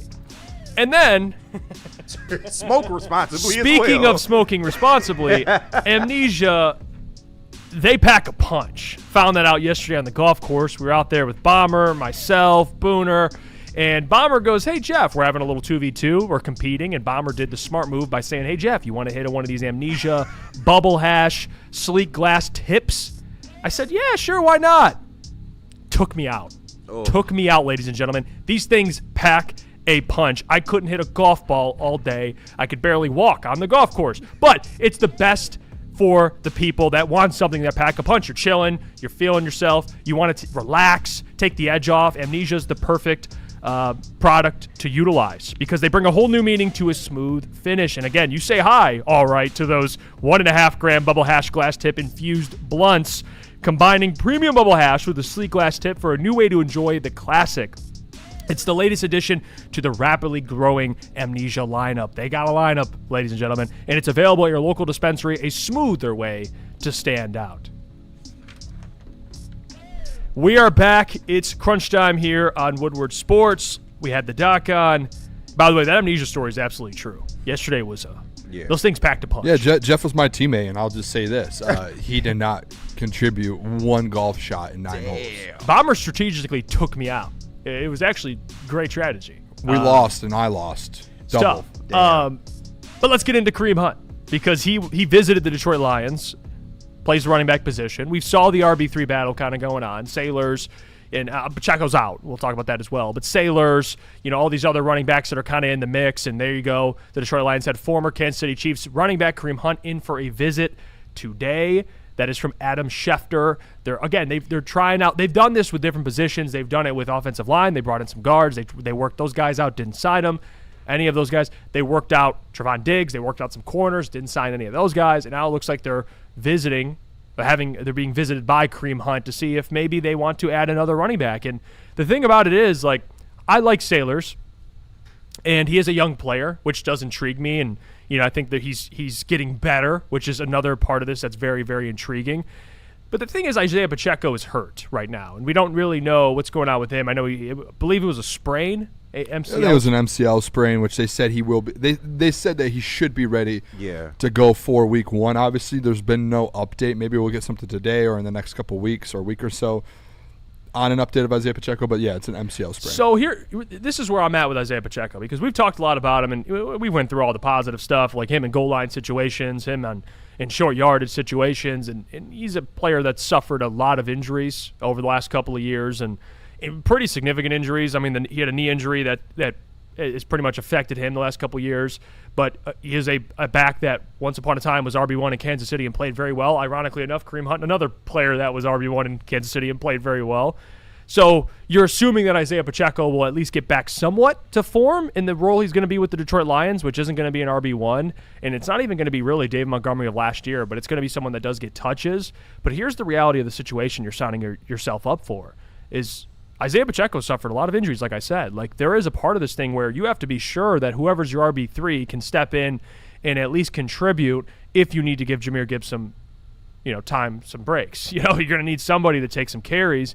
And if you don't feel like Sailors is ready or Vaki is a guy that you necessarily want to keep around, even though he's pretty good on special temes and he's a much better special teams player than anyone else in this running back room, then maybe Kareem Hunt is someone you should consider. He is a veteran. But here's the thing I would maybe push back on with Kareem Hunt. We talk all about the concerns about Isaiah Pacheco, Like, Kareem Hunt has not been himself in like 6 years. I mean, he has not. And I know you see the name, and you're like, oh, it's Kareem Hunt. He has not averaged. He's averaged the highest yards per carry he's averaged is 3.8 the last 4 seasons. Yeah. Like, he has not averaged 4+ a carry since 2021 with the Browns when he had 300 yards and played in 8 games. So this is a very different player, an older player than what he was with the Kansas City Chiefs. So do I think he'll get signed by Lions? Maybe if they want to bring in a veteran back. But, like, this isn't, to me, like, it's whatever. Like, if you watch the Kansas City Chiefs last year, like, Kareem Hunt wasn't that good. He wasn't. Yeah, but, like, he wasn't good. He wasn't good, but I think he's a piece. Yeah, he wasn't bad either. Right? Like, he wasn't bad, and like, you can't say, oh, the guy, I mean, he rushed for 600 yards with the Chiefs last year. Yeah, that's not RB1 material, but when you're looking at those Lions roster, you have Jahmyr Gibbs on this roster. Yeah. When you have a guy like Kareem Hunt in the building, it's not for him to come in and be great for you. It's not for him to come in and get a bunch of carries for you. It's, hey, you have a running back trio of Jahmyr Gibbs, Isaiah Pacheco, and Kareem Hunt. That's nasty. The Kansas City Chiefs went into last year, guys, fun fact, they thought they were Super Bowl contenders, correct? Or they were going into the year. Guess who their running back duo was? Isaiah Pacheco and Kareem Hunt. You're basically having their running back duo of last year, and you're adding Jahmyr Gibbs on top. That is a hell of a running back room, and you could argue that's probably, if they bring a Kareem Hunt in, I'm not saying he's like the greatest and he's going to push you over the top, but you could argue that's one of the best rooms in running back rooms in the NFL if he comes in here. Like a guy who just rushed for 600 yards the year before for them, only played in 13 games in 2024 or the year before, and guess what? 13 games only, 728 yards in those 13 games. 7 touchdowns, 8 touchdowns last year. The year before, 9 touchdowns. So he's a short yardage guy, which obviously Isaiah Pacheco as well is a short yardage guy. But what did the Chiefs do last year with him? If you want to be like, hey, he's not that good. Guys, guess what the Chiefs did last year? They went away from Isaiah Pacheco and went to Kareem Hunt in those short yardage carries. They trusted Kareem Hunt more. So if you are looking to bring in and have kind of that RB2, we don't know who's going to be healthy, what's going to happen. If your running back room and your RB3 is Kareem Hunt, that's a hell of a move for Brad Holmes. I'll tell you what. It really is. And guess what he's actually good at that we haven't said here? He's a good pass blocker. Mm-hmm. He's got the body for it. He probably is an upgrade in that. He might come in and be the best running back pass blocker there. So on a third down, like obviously Jahmyr Gibbs, you want to get him out on the field and you want to get him out there to be a playmaker, right? You're not asking Jahmyr Gibbs to pass block for Jared Goff and step in and chip someone or do something. That's a Kareem Hunt play. Yeah. Like that gets someone in that building who, hey, we could throw Jahmyr Gibbs in the slot on the 3rd and 12, and we can still have a running back in the backfield and have Kareem Hunt as an extra blocker for Jared Goff. Like that's a move that you're making there with the Kareem Hunt. So I think there's a lot of positives to it, honestly. Like honestly, when I heard it yesterday, I was fired up. I was like, dude, that would be an upgrade to this offense. Like not obviously a full one, but like that's a piece to this offense that's very good, especially not knowing the health-wise of Isaiah Pacheco over the last few years. Right. And like Doc alluded to, it's a move that you didn't really expect from the Lions just based on, his history. And I know those things kind of happened a little bit, a while ago, but, that's something that the Lions just don't do. But Booner, you in lockstep with me on this. I absolutely agree with everything that you said. And his role has just changed over these years. He's not going to be the 2015, 2016 Kareem Hunt. But what he is somebody that's very serviceable in short yardage and goal line situations. And dare I say, he can even be the RB2 for this team if Isaiah Pacheco is going to be dealing with injuries throughout the season. But when all healthy, I think that trio right there, like you said, is arguably one of the best running back rooms in all of football. And I'd be all for it. If you want to go the more veteran-led route instead of relying on somebody like a Jacob Sailors, who has come in for the Lions during regular season and done some things before. But I just like this move in a year where you're trying to make the playoffs. You're getting a guy in here with a lot of postseason experience as well, a lot of leadership. And I feel like he can come in and he'd be a perfect addition to kind of what you're doing here with an improved offensive line. So I'm all for it. I think they should do it, especially when you look at the contract. You'll bringing them in on the vet minimum as well. I don't think you can lose here. I don't. Yeah, I know we all have the expectation of Jahmyr Gibbs kind of being the bell cow here, so this running back 2 position or even the running back 3 position just kind of is something we throw off to the side. But you're going to need Isaiah Pacheco. Like, you're going to need him in some spots when Jahmyr Gibbs needs a break or let's say Jahmyr Gibbs needs a game, misses a game, you need a guy to be able to, you could trust to run the ball. And with the Isaiah Pacheco injury, I agree with you, KG and Booner. Like, I think this is a no risk move if you bring in Kareem Hunt. He's a veteran, and I do think Jacob Sailors has had a good preseason. I think we could all agree with that. But I don't know how much you would trust him if he had to be, the lead back or the counterpart to Isaiah Pacheco in a game. So I think this is kind of a no risk move for the Lions if they decide to bring in Kareem Hunt. I would take Kareem Hunt over Jacob Sailors, and I've been the biggest Jacob Sailors guy. I think if you're Brad Holmes and you're sitting here like we have a decision to make, I think you just go, hey, let's get Kareem. It's going to be a vet minimum, a 1 year vet, and I know it's going to be a vet minimum because he hasn't signed anywhere else. Yeah, exactly. And he's going on visits. When you see a guy going on visits like this, he's not about to get 3-4. He's going to probably get a vet minimum. It's hey, you end up cutting one of these running backs, probably save $500,000. Even if you keep 4 backs, Sailors and Kareem Hunt. Yeah, instead of in the past, you've made those. Yes, or if you go Vaki or Jacob Sailors and you still keep that fourth, which they've done in the past. They've had 4 running backs on this roster in the past. But I think it's an upgrade to that room, especially on that back end. And we talk about depth. Yeah, I know a lot of people won't agree with this, but I remember, right when we signed Pacheco, I remember talking to you on the phone, Booner, about it, and I think Kareem Hunt is better than Isaiah Pacheco. So, I mean... Well, I think healthy. I will say healthy. I think Isaiah Pacheco is younger. Yeah. But I get what he means. I don't want to say like I think people have this notion that Kareem's old and he's bad. Like he averaged last year, he averaged 3.7 yards a carry last year and had 9 total touchdowns. And like you said, Isaiah Pacheco went away from Pacheco to feature Kareem more. He had 3.7 yards per carry last year, 9 touchdowns. Isaiah Pacheco had 3.9 yards per carry and 2 touchdowns. Listen, so like, it's there. Like, you want him to do the same thing he did for me last year on the waiver wire. Just keep that room afloat. Yeah, and he was able to keep my fantasy season afloat last year. I feel Jeff like lasers in me right now. Oh, I'm not going to look over to him. Jeff is a guy that like when he has his side, he's sticking on his side. He don't like running backs. His side is dead ass wrong though. I'm sorry. Jeff Willis don't like dead running ass backs. wrong. He is nothing more than a goal line merchant. That's what he is. Damn. He's good around the goal line. You can't convince him. You can't convince me. The Kansas City Chiefs let both of them walk. Their run game was a disaster. But I don't think it's bad. Like you have they were both. When we signed Isaiah Pacheco. Okay, cool. If you want to, he's a little younger, so maybe there's something there. The Kansas City Chiefs, their run game was so bad. They signed Kenneth Walker and let both these guys. But you're acting like this is a bad move if they do it. When we signed Isaiah Pacheco, you liked the move. You're talking about a guy that was similar as Isaiah Pacheco last year, and he's not even your RB2. He's your RB3. That's a better move. Here's where I'll say about both of those guys. Like, if you want Kareem Hunt to come in and be just a guy on like 3rd and 1 or goal line, cool. He's not. If there's a game in which he's a feature back, like I'm not. That's not good. By the way, this is where I think you're wrong. No one is sitting here saying he's going to come in and be your no, feature you guys back. just said like, man, if there was an instance like I think Caleb said this too, and everyone was like, yeah.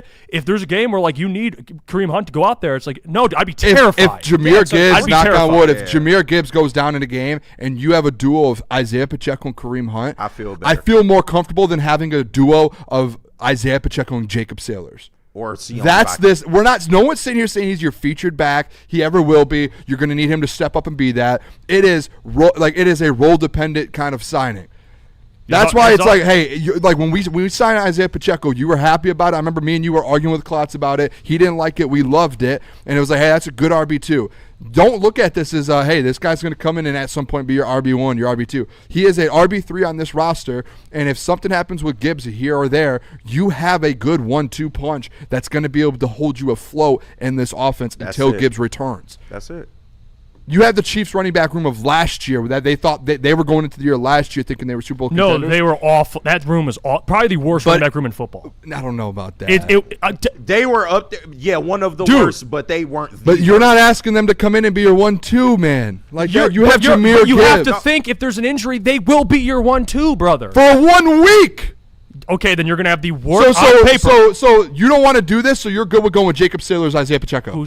Again, you're putting words in my mouth. No, that's what this conversation is. I'm saying the option you're giving me, hey, Jeff, what do you think if they sign Kareem? I would say, well, not a huge fan of that. I mean, I'm not. Unless he's just a goal line guy, then maybe you can make an argument. But, like, in a situation where you need to play, would not like it. So you're saying you wouldn't like it based off of there's another option for them. What's the other option? Jacob Sailors, Sione Vaki. You pick. I don't care what you like. You pick. Those are your 2 options. Which is better? So now we're changing the question. No, So that is the question of signing a Kareem Hunt. Kareem Hunt. Okay, so if you're changing the entire question and saying it's just Kareem Hunt or Jacob Sailors, instead of saying, hey, is there a better option out there other than Kareem Hunt? How about that question? Do you want to hear the other options outside of Kareem Hunt? Because they're not better than Kareem here Hunt. We go. Do you want Joe Mixon, who legitimately might not be alive right now? I thought Nobody knows. he might retire. You're right. Austin Eckler, who is coming off like 2 torn ACLs. Good. Antonio Gibson, who hasn't played football. Nick Chubb. Good on Raheem retired. Mostert, Miles Sanders, Alexander Madison, and like Cam We in the Akers, weeds. Chase Yeah, Edmonds. no, I'm like good on Kareem Hunt's all the that. best name there. Like Raheem you're not- Mostert? No. I would If rather you have mad Kareem about Hunt. Kareem Hunt, you really pimping Raheem Mostert? Jeff though? is trying here, dude. You're No, working. I respect the. all I'm doing. Raheem Mostert played last year. No, respect, but come on, bro. He played in 12 games last year. He had in 12 games had 100 yards. Well, he didn't play in all those 12 games. And the year before he played for the Dolphins in 13 games had 278 yards. He averaged 3.3 yards per carry. His last year in Miami. But we're cool with 3 yards a carry, so might as well look at Raheem Mostert. Well, that's not, do you want to trade for someone then? Because that is a legitimate. We're cool. with Raheem it. Mostert had one good career year in 2023. Yes, He had 1,000 yards and 18 touchdowns. Before that, he was nothing, and then since then, he hasn't been anything. You're just asking me if I would love it's the same as Devin White. We had this conversation about Devin White. It feels like it's the same argument. Like, it's worse with Kareem Hunt. But, like, when we had this Devin White discussion, everyone got mad at me. All I was saying is I don't have as high of expectations as you guys do. That's what this Kareem Hunt is. I have no You guys are over here talking. You are adding expectations in your brain that No, people all have. I said is- Nobody said he's going to be. We're saying he's 2015 coming in Kareem to take over Jacob Sailors and Sione Vaki. That's an upgrade. Can he dude. push those guys? Yeah. No, he's push those guys. Yeah, he's pushing them out of the building. Push him. You. Oh my gosh. Yeah. Kareem Hunt. You just said yourself. He's got no offers. That's why he's visiting. He's your RB3 though. He's better than he just rushed for 600 yards and 8 touchdowns last year. RB3 again, as a number one basically back, 3.7 yards a carry. He's a goal line merchant. That's what he is. I'm just telling you. He's not a number one back here though. He wouldn't. I don't even know if I like him as a number 2 back. If I'm being honest. He's your RB3. I'm cool. You are. I honestly, I love when Jeff has a take and he is so like stuck on. Like, I think people. I'm not. Everyone the Lions bring in, we just think is automatically in their prime. And No, Nobody you said think that. Nobody You said think that. 3.7 yards per carry. It's the same shit with You see Devin what White. we deal You with, finna be man? wrong on Devin White too. I'm trying to give you some rope. We got. By the way, we got to go to break because Dan Campbell's about to be live. Let's just get to break. This is insane. By the way, he kicked somebody. So why Lions love him? Got Here kicked we a woman. go. Oh, now we got the moral Mortgage police. Pros. All right, yeah. Let me tell you guys about Mortgage Pros, I guys. was told they don't like those You guys. wanted to If you guys are TA, looking I for a don't wanna career hear that upgrade, shit from check you. out Mortgage Pros, the number one mortgage broker to work for in the state of Michigan. We saw their incredible company culture firsthand at their annual block party. Guys, they have 4.9 stars on Google with over 4,000 reviews. Their reputation speaks for itself. You can go look and give them a call for a new job at Mortgage Pros in Troy at 248-416-1361. It's Mortgage Pros. Let the pros handle it.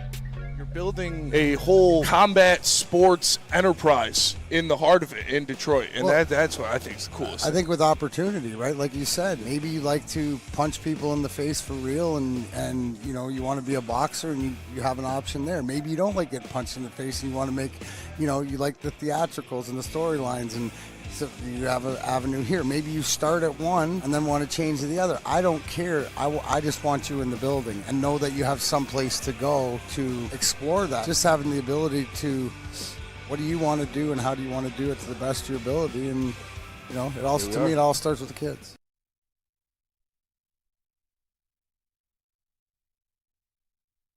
You know how some things are so good they should be world famous, but they're not? Our house-made vinaigrette is one of those things. And the antipasta salad, we drizzle it over. Same with our hand-battered chicken tenders. Original recipe soups and pasta sauces. It's almost as if our original, world-famous Detroit-style pizza is mocking them. And that's not very nice.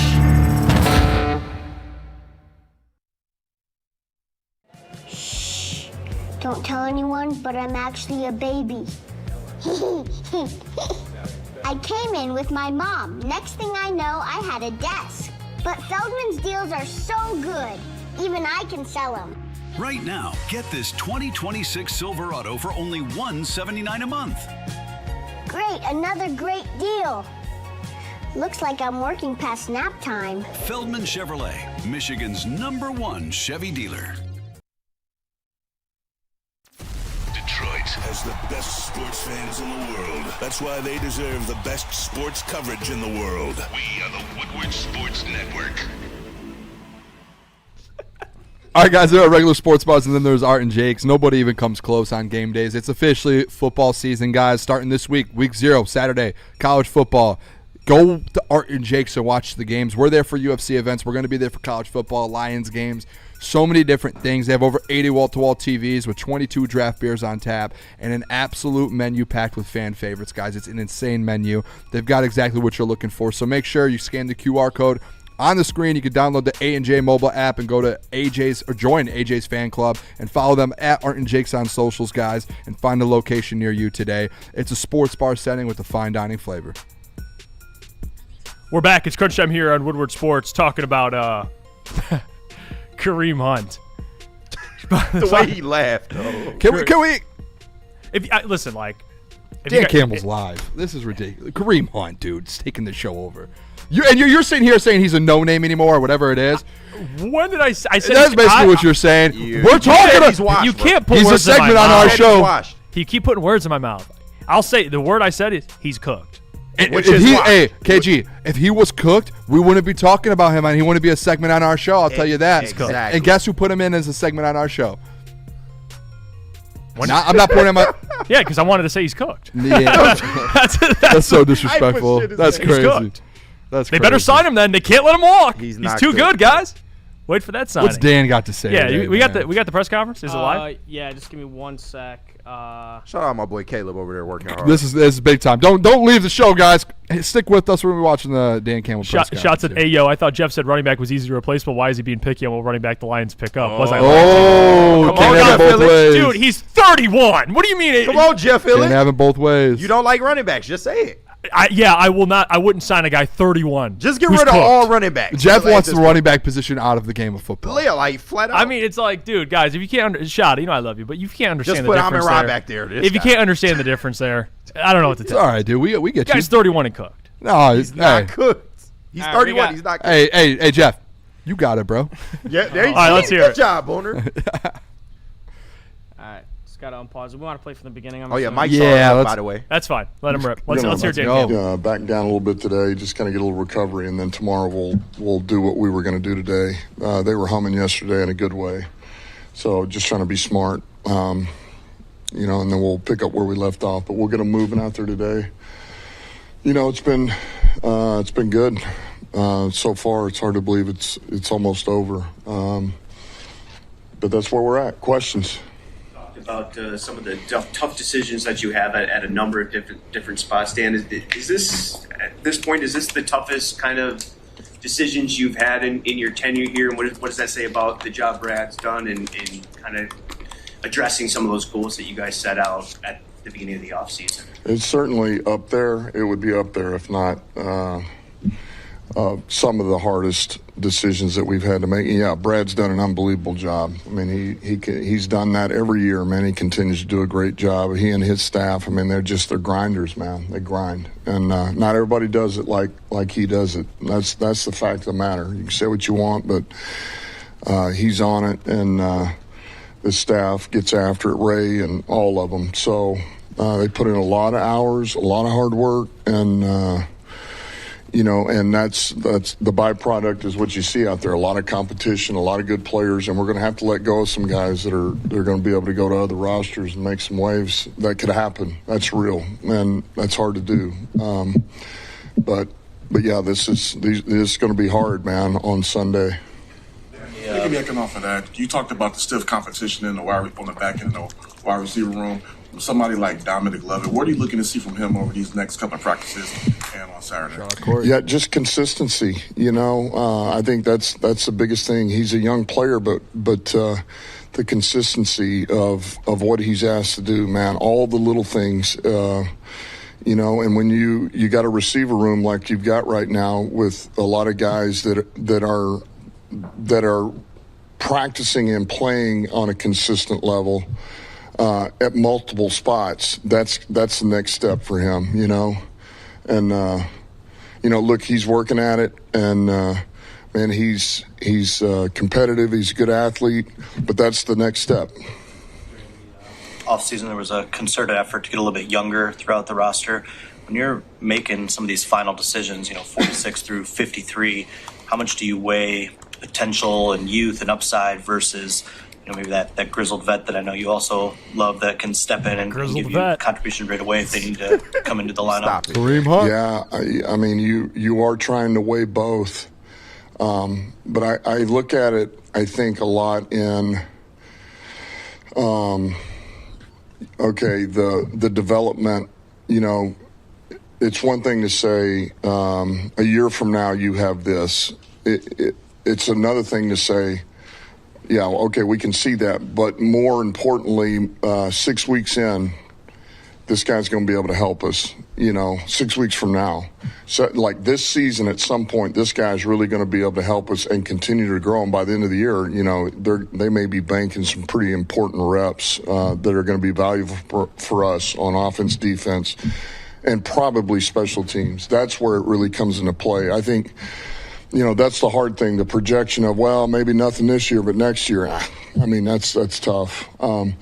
But if we think they can continue to grow throughout this season and you take a couple of lumps early, it may be worth it. So it is a constant. You are weighing the scales there.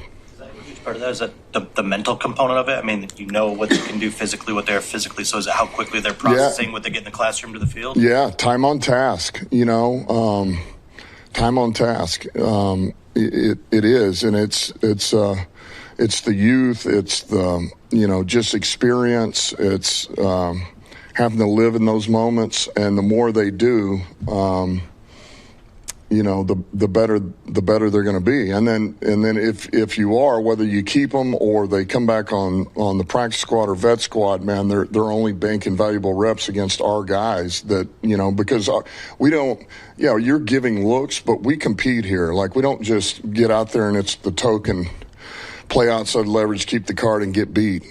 No, man. Like, Wednesdays and Thursdays, you're trying to win. Like, you should be winning against St. Brown or JMO or whatever, or vice versa, against Rock or Reed, or we can go down the line. Like, you're not just out here. You're not just a token body. Like, we need to see you compete and win, because those are important for us. Guys have made the roster. Guys that we've brought up from practice squad, or that were on the roster, they're 52, 53, and now all of a sudden they get elevated to go to the game because they've proven it. So that's important to us. Before the camp started, you said you thought the offensive line would be improved, and not just by a little bit.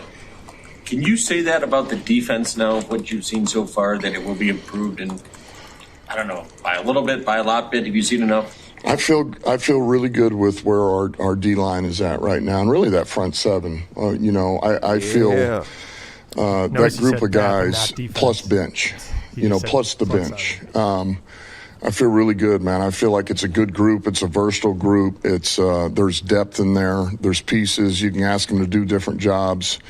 And so, you're asking me right now. I feel really good about it. But I've been watching these guys now. We've been in camp for I don't know how many days. But hey, till we get in a real game that really counts, real minutes, that'll be our first. New Orleans will be our first big barometer. That's when we'll really know where we're at. And one way or another, that's just one game. And then it's, what do you need to fix? Where do you need to get better? Or you're humming pretty good, but you still got growth to go. So I like where we're at. When you say defensive line, are you speaking pass rush as much as anything? I'm speaking all of it.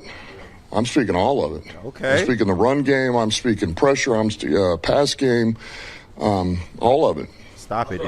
To me, that's what D-line is, man. You play all of it. It's like O-line, man. You got to pass protect and you got to run block, We can't ask one of these guys to come in okay, you're good at run blocking as a left guard. Now get out for pass pro. Get in there.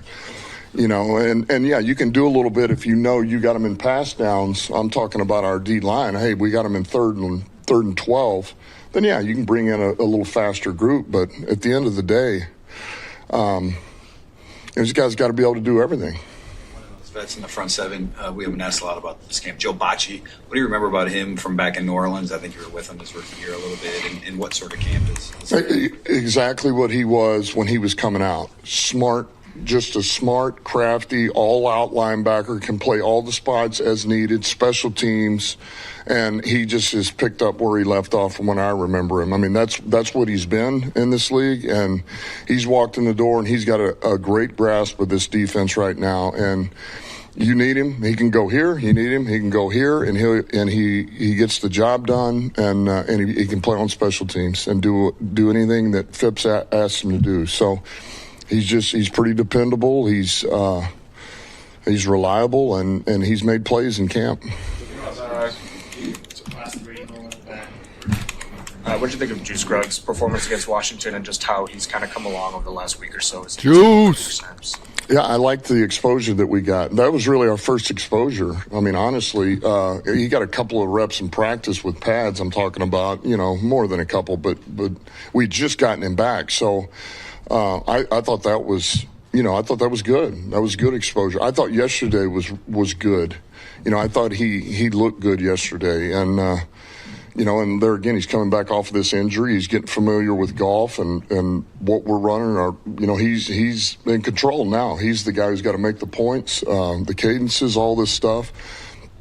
So I thought yesterday was good. I can't wait to see him today and tomorrow.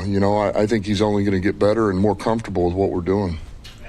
With the roster cuts due Sunday now, it's a pretty quick turnaround. Just who does Very that quick. benefit, and how does Very that change quick. the process going into that final? Especially a Saturday game with this is difficult. This is difficult. So it just, you got to have a pretty good idea where you're at before you go into that game, knowing there's a few spots left. But you better have a pretty good idea because it's a quick turnaround. We land next morning, we get up, and we got things we have to do. And it's difficult. It's on you. Dan, I feel like Tate Ratledge took some pretty major strides in the second half of last season. Looked like one of the better young guards in the league by the end of the year. What does the next steps for him look like? I think he's another consistency, and that comes with young players. I could say that with Tyleek. I could say that with Tesla. Any of these young players that have banked some reps, but now they're going into year two, they are improved. And Tate's had a really good camp. He really has. I mean, I like where he's at. But now it is the consistency, man. Can you do those little things over and over and over a heck of a lot more than you don't, And that's always going to be for a young player, man. That's the next step in growth. But I think he's had a really good camp, man. I like where he's at. Couple quick ones on injuries. Just Izian's missed a couple days, and then Nowaski left early yesterday. Didn't look great. Yeah, Izzy, it'll probably be a little bit here. I don't know if we'll have him for the opener or not. Abney. But we'll have him. I mean, we're going to get him here. If it's not then, we'll get him here early in the season at some point. And then now we think is just a little strain or sprain. So I think we'll be okay here. Let it calm down. So I'm not as worried about that. What's that? What's his? He's got an injury. That's incredible.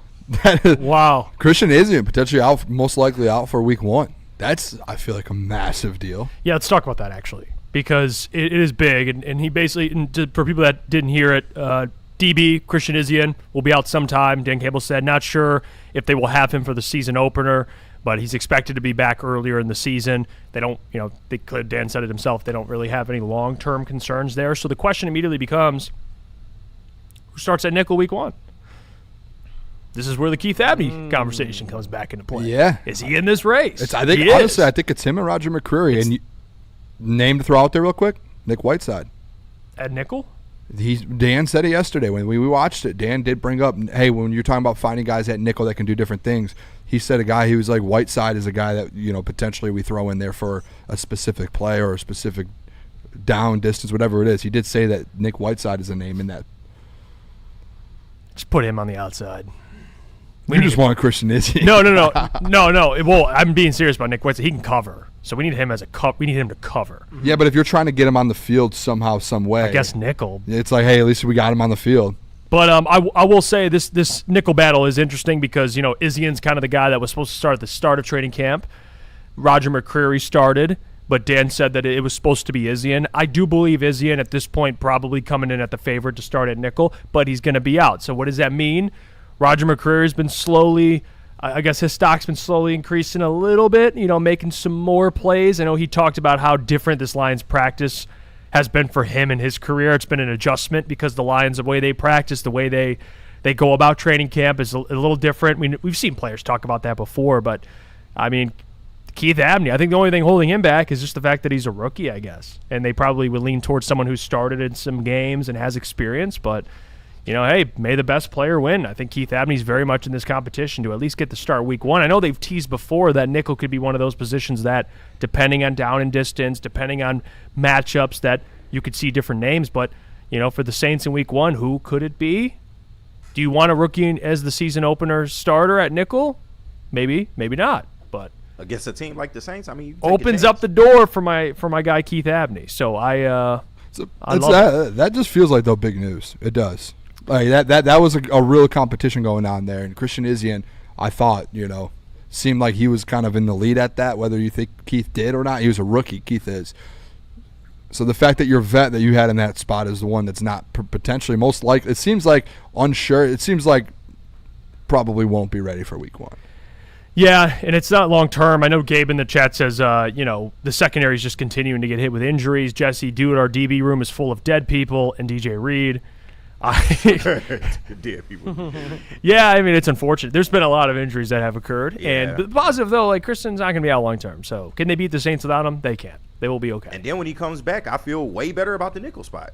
You talk about one spot in the secondary I feel good about is definitely that nickel spot with him and Abney there. So. And he will be back. It won't be that long. So right. The injuries are true. I'm just curious with the Nick Whiteside how that kind of works out. If they do want to get him on the field and they love rocking DJ Reed, is he kind of an underrated? Yeah, how they go about that. That's something to candidate watch. For nickel. Nick is probably your first reserve off the bench, I feel like. So. That's for the corner spot. I think he just fits. Like he's built to be an outside corner, but if they want him on the field, I guess you put him at nickel. Hey, by the way, too, that's a big thing for a guy like Keith Abney as a rookie. Like he's been playing well. Hey, all of a sudden, there was a battle, whether you're winning it or not. Week 1, you have an opportunity to get that job. Yeah. And I know it sucks for Christian Izzian because you potentially lose a job because of an injury, and it's not really your fault. Yeah. But for Keith Abney, hey, man, week 1 versus Saints, you can make a name and go out there and make an impact on this game, and that can win you a starting job in this league instantly. And the fact you winning a battle against a guy that started 15 games for the Bucs last year, I think that's impressive. I think this was one of those, like, golden opportunities, though, for Keith Abney. Like, Christian Izzian goes down, like, here you go, young blood. This is your opportunity. Like, not only is the competition more open for you, but the fact that you could start in week 1 and set the tone at nickel, I think could speak volumes to how really Keith Abney's season goes. Like, if he goes out week 1 and looks fantastic, or at least, maybe a couple rookie mistakes, but he looks really good, I think this whole thing gets thrown in a blender. Because now they have to think, like, all right, Keith Abney's much more ahead than we had anticipated, and we don't know. So it's a golden opportunity for Keith Abney. Like, obviously injuries are not good, but if you're a player in the NFL, you're competing. This is the stuff that's how you win jobs, man. When your number's called, do you step up? I mean, Drew Bledsoe goes down, Tom Brady steps in. Yep. Keith Abney, Forever. Tom Brady. He stepped in forever. And that's a great comparison. Tom Keith Brady Abney? to Keith Abney. Great Tom comp Brady. for you. The one thing I will say, I do not like. Not that I don't like it, but it's an interesting tidbit that they ask, "Hey, what's the injury with Christian Izzian?" It's an injury. Like, what is it, Dan? You're right. He don't want to scare people. Don't want to scare. Yeah, maybe it is something that like a knee or something, and they're like, I'm not going to assume. Maybe they just don't know right now, but you don't want to put that information out there and then the media run with it. Yeah, they're probably doing testing on it and stuff. But he said he'll only miss a week. Who? Izzy, and he said he'll be here to start, or not a week, but he'll definitely roll out. He said week 1. He said hopefully he said we'll probably get him back early in the season. Yeah. So that means when you say early in the season, that means like, hey, maybe a week or 2 he might be out. Yeah. So I don't think it's bad. But either way, though, that's like almost a month of an injury that he's going to be out for. So it's got to be something. Maybe it's a hamstring. I don't know. I don't want to assume. But you got to think that's a month of reps. Izzy, and he's a young player too that he misses out on. Keith Abney gets. It's the same thing with, the whole like Juice Scruggs with Seth McLaughlin thing. Obviously, Seth, it was a shorter amount of time, and Seth he just didn't get to a point where you feel better about it. But when Juice was hurt, Seth got all those snaps, and people were saying like maybe this is good for Seth. He gets all those snaps. didn't really age the way that maybe he anticipated. I think Juice probably going to get that spot, but maybe for Keith, a month or whatever, maybe he gets that opportunity. And he's a 5th-round pick? 5th-round pick. I think you got to tip your hat to Brad if this works out and he ends up starting at that nickel. You got to give him his props. No doubt. Dante, appreciate the 20. Mail sack, schools that violate the SEC's professional sports rule will result in 50% season suspensions for head coaches, 50% of the sport's annual operating budget, SEC voting privileges on business matters revoked. Good. Damn. Get this thing figured out.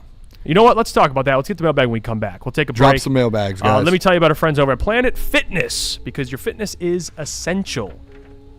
60 locations, over 60 locations throughout Metro Detroit, so they're always nearby. The Planet Fitness High School Summer Pass is back and live until August 31st, and teens 14 and 19 can work out on Planet Fitness for free all summer long. Register online at planetfitness.com.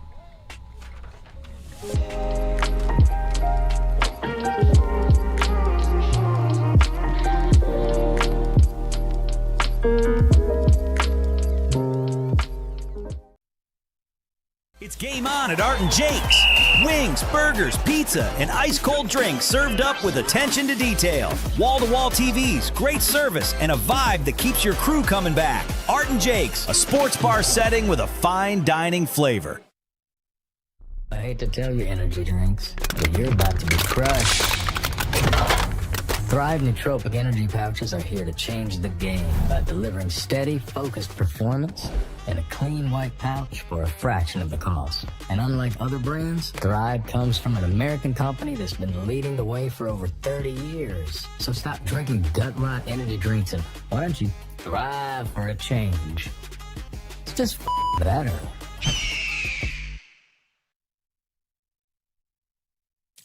Thank you to all the fans for making Woodward Sports your #1 online destination for Detroit sports. We promise not to drop the ball. Shout out to Mad Packs, the maddest of packs, and they got these gummy bags in. You see them on the screen right there. The Boom Shakalaka 200 milligram hash rosin gummies that comes in a whirlwind of flavors.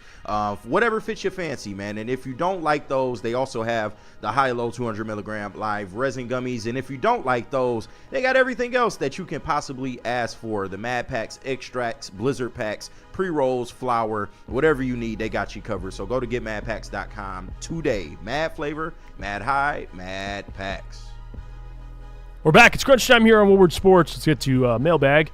We got Jesse in the chat to start us off here. Shout out. And by the way, to respond to Dante. Yeah, I would say $20, but like good. Damn. Good.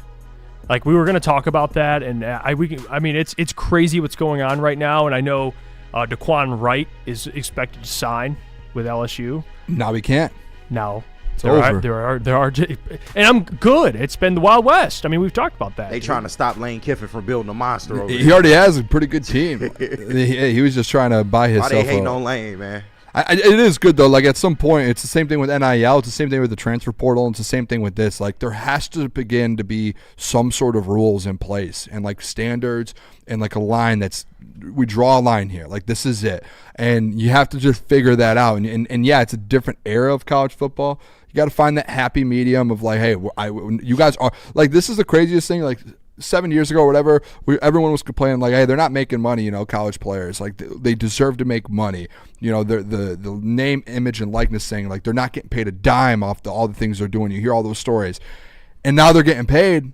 And now it's just like the wild, wild west, and it's gone too far over. And it's all right. We have to rein this thing back in. There has to be some sort of rules, and here like the violations, different things, to where it's at least not just like, man, we're gonna go get a quarterback that's already played in the NFL preseason games. Like, no, you can't do that. So I'm glad that, and the Big Ten was the first one yesterday. They made the rule. The SEC kind of joined along. I'm sure they have conversations linked together, and I think it's the right thing to do. I mean, the NC2A did this to themselves. It's hard to feel sympathy for them because you made this bet. Now you got to lie in it. And I almost think it's karma because you went so long without paying these kids and making millions and damn near billions of dollars off of their name, image, and likeness. Yeah, I mean, I do get why people get upset about this, but we also have to realize that this is not your granddaddy's college football anymore. Like, they are the glorified pros at this point. Yeah, Like, but you and have to need have start a line. treating them There has as such. well, No, they're and I getting paid. agree. There's a line. Like, this is the thing. Like, I get what you're saying, and it's like a different college football, but that doesn't mean you can just have it. Anyone could go do what they want. No, and I'm and not like arguing LSU against can that. go make up their own rules, and how can we get around this rule book? Like, no, there has to be rules in place, or it ruins the game. Like, you can't complain that the game is different and then not have rules. And like, you have to have some sort of stipulation in place. Like, hey, fun fact, there's nowhere in this world where you're going to go to a job, a college, a school, anything you show up where there isn't rules in place. Yeah, why didn't they put the rules in place to begin with? I'm with you on that, and that's on the NCAA. Yeah, but that doesn't mean because it's like, I'm mad at the NCAA that it's okay. No, and I'm not arguing. And that's what it seems like you're going to, where it's like, hey, it's okay, that's on you. You guys dug your own grave. No. Yeah, you dug your own grave. Fix it. No, but I figure this out. I just think we should start treating college as if it is a semi-pro type of program, because in order for it to even rein in NIL or anything, you need to have labor agreements in place. There needs to be revenue A splits. union, all Like, this. I'm telling you, let's do this shit for real and stop beating around the bush. Otherwise, you are going to get loopholes like I'm this. with you, and get mad at the but kids. the thing is like right now you're kind of mad that this is happening. This is them trying to get this in place. So hey, listen, if you're going to sit there and bitch at them for not getting this thing in place, when they finally do and the SEC steps up and the Big Ten steps up, let's not bitch that they're doing it. They're doing it, and they're trying to figure this thing out. That's my side of it, where it's like, hey, they are out here now all of a sudden doing it. We were all mad a week ago when we see this tight end come back to the LSU trying to do. No, like, that should not be a thing. So But the at the end of the day, I'm not mad at him. but the thing is, you can't be mad at one side, and then when they try and fix it, be like, oh, whatever. Like, it's a good thing that they're getting this thing going, guys. Like, this is finally someone stepping up, and the SEC, the Big Ten, they're stepping up, and they're doing it. By the way, Jesse Adams said, KG, mailbag, would you bring me back to life, Evansons? Oh, yeah. He talking about in Did terms that of get the white snubbed? He anthem. said, did that get snubbed this morning? Anthem Yeah, is bring great. me back to I know that joint. Save me. No, that's a white anthem. That you know what a pull by Jesse. Yeah, no, that's an epic pull. That's funny. There's a couple more mailbags here. I saw another one. I want to make sure. Yeah, Shots his mailbag. If Jeff is this much of a hater who overplays RB3, how much of a hater would he be if he had his way and let Gibbs walk and the Lions are trying out different running backs to replace generational talent? Well, they wouldn't be. No, this is the problem. Talk to him. Gotcha. If Wherever that's we want you. if that's the gotcha, then I'm in a good spot. If that's the gotcha, like, the plan would be in my mind to let Gibbs walk and then we can try out a 31-year-old running back. No. You'd be drafting running backs, drafting running backs until that contract's up. We'd be firing away, looking at free agency, looking in the draft. So no, Kareem Hunt would not be the answer for me to replace Jahmyr Gibbs. Why you hate Kareem Hunt so much? It's just maybe Shad's insinuating that you don't like Kareem, but you want to get rid of Gibbs. Those two things are not correlated. Hey, listen, you wanted TA to return to this team, and you hating on Kareem Hunt is a little crazy. No, I was just giving the Lions shit because I out of Jalen Carter. I don't care about that stuff genuinely. That's we're in this thing to win football games, But they You don't think Kareem Hunt could help you win football games? Yeah, I do. And a goal line situation, maybe. There it is. Hey, anything more than that? No. Steve O'Baby said, mailbag Booner, if you made a bet with Jeff, what would the punishment be? And what's your favorite episode of Impractical Jokers? Those punishments, my favorite ones, I don't know if the one where they do the interviews and they sit down and the person coming in for the interview doesn't know. Yeah, those are the best ones. Yeah. That's what I would do. Or they're at the end, like the conference rooms. Like, you ever see those? Oh, yeah. Those are they have to do like a power. They have to do like a PowerPoint that they didn't make, Right, the other guys made. Oh, man, dude. it's Say in the air, like, just fart right now. Like, it's just crazy shit. Like, oh, my God. I swear to God, I think every time that I'm either, and again, I watched it all the time as a kid. I think every single time, have like a hungover Sunday, Impractical Jokers is on my TV. Yeah. Like every single time. And it's crazy that they made it this long. I didn't even realize how long they have been on the air. They Yeah. have been on the air for over a decade. Like, that's some real shit right there. Shout out. Will Amson's mailbag Booner. If you had a superpower, what would it be? I would love to. Oh, God. Man, that's a good question. Either go invisible, because I can I can go get money in the bank or something. You know He'd what be I mean? in the fucking girls' dressing room. No, I would never do it. KG, come on, don't even put that out there. That's weird. Don't do that. I would go get money, or I would like to read people's minds. I want to know what people are thinking. That would suck, dude. Yeah, maybe. I would like to telekinesis. Isn't that what that's called? No, telekinesis is a little different. What's that? I think control. Yeah. Well, no, it's mind control, telekinesis, and I think it kind of involves like maybe teleportation to a degree. That would be crazy. Teleport. That's just like. That's what I would want. That would be sick, dude. Fuck driving. Hey, snap! I'm here. That would be. That's a lot. That's a game changer, by the way. Teleport. Yeah, but then you can like take someone with you. Because like, what if you're going on a trip with somebody and you're like, I'll see you in Italy, and you go to Italy and you have to wait like a week. What's that one movie with the watch? They had a movie like that back. Yeah, they had like there was like one guy that had like the watch and he could like jump around. Yeah, that'd be cool. What is it called? Jumper, I think. Yeah, that's it. Let me take. I remember watching that. Some Jean Grey. Do some Jean Grey. Yeah, some Jean Grey. Popping it in people's heads, jumping around. Boone's just right. flying through the Woodward office. Funny as fuck. Boone's just traveling through different people. Yeah. Let's get out of here. Appreciate you guys. We'll be back tomorrow, Thursday, 11 a.m. Until then, Braylon, Anson, 2 to 4. Shots that Check predict these the guys future. out. Love that. Love you guys. Bye. Have a great Peace. day.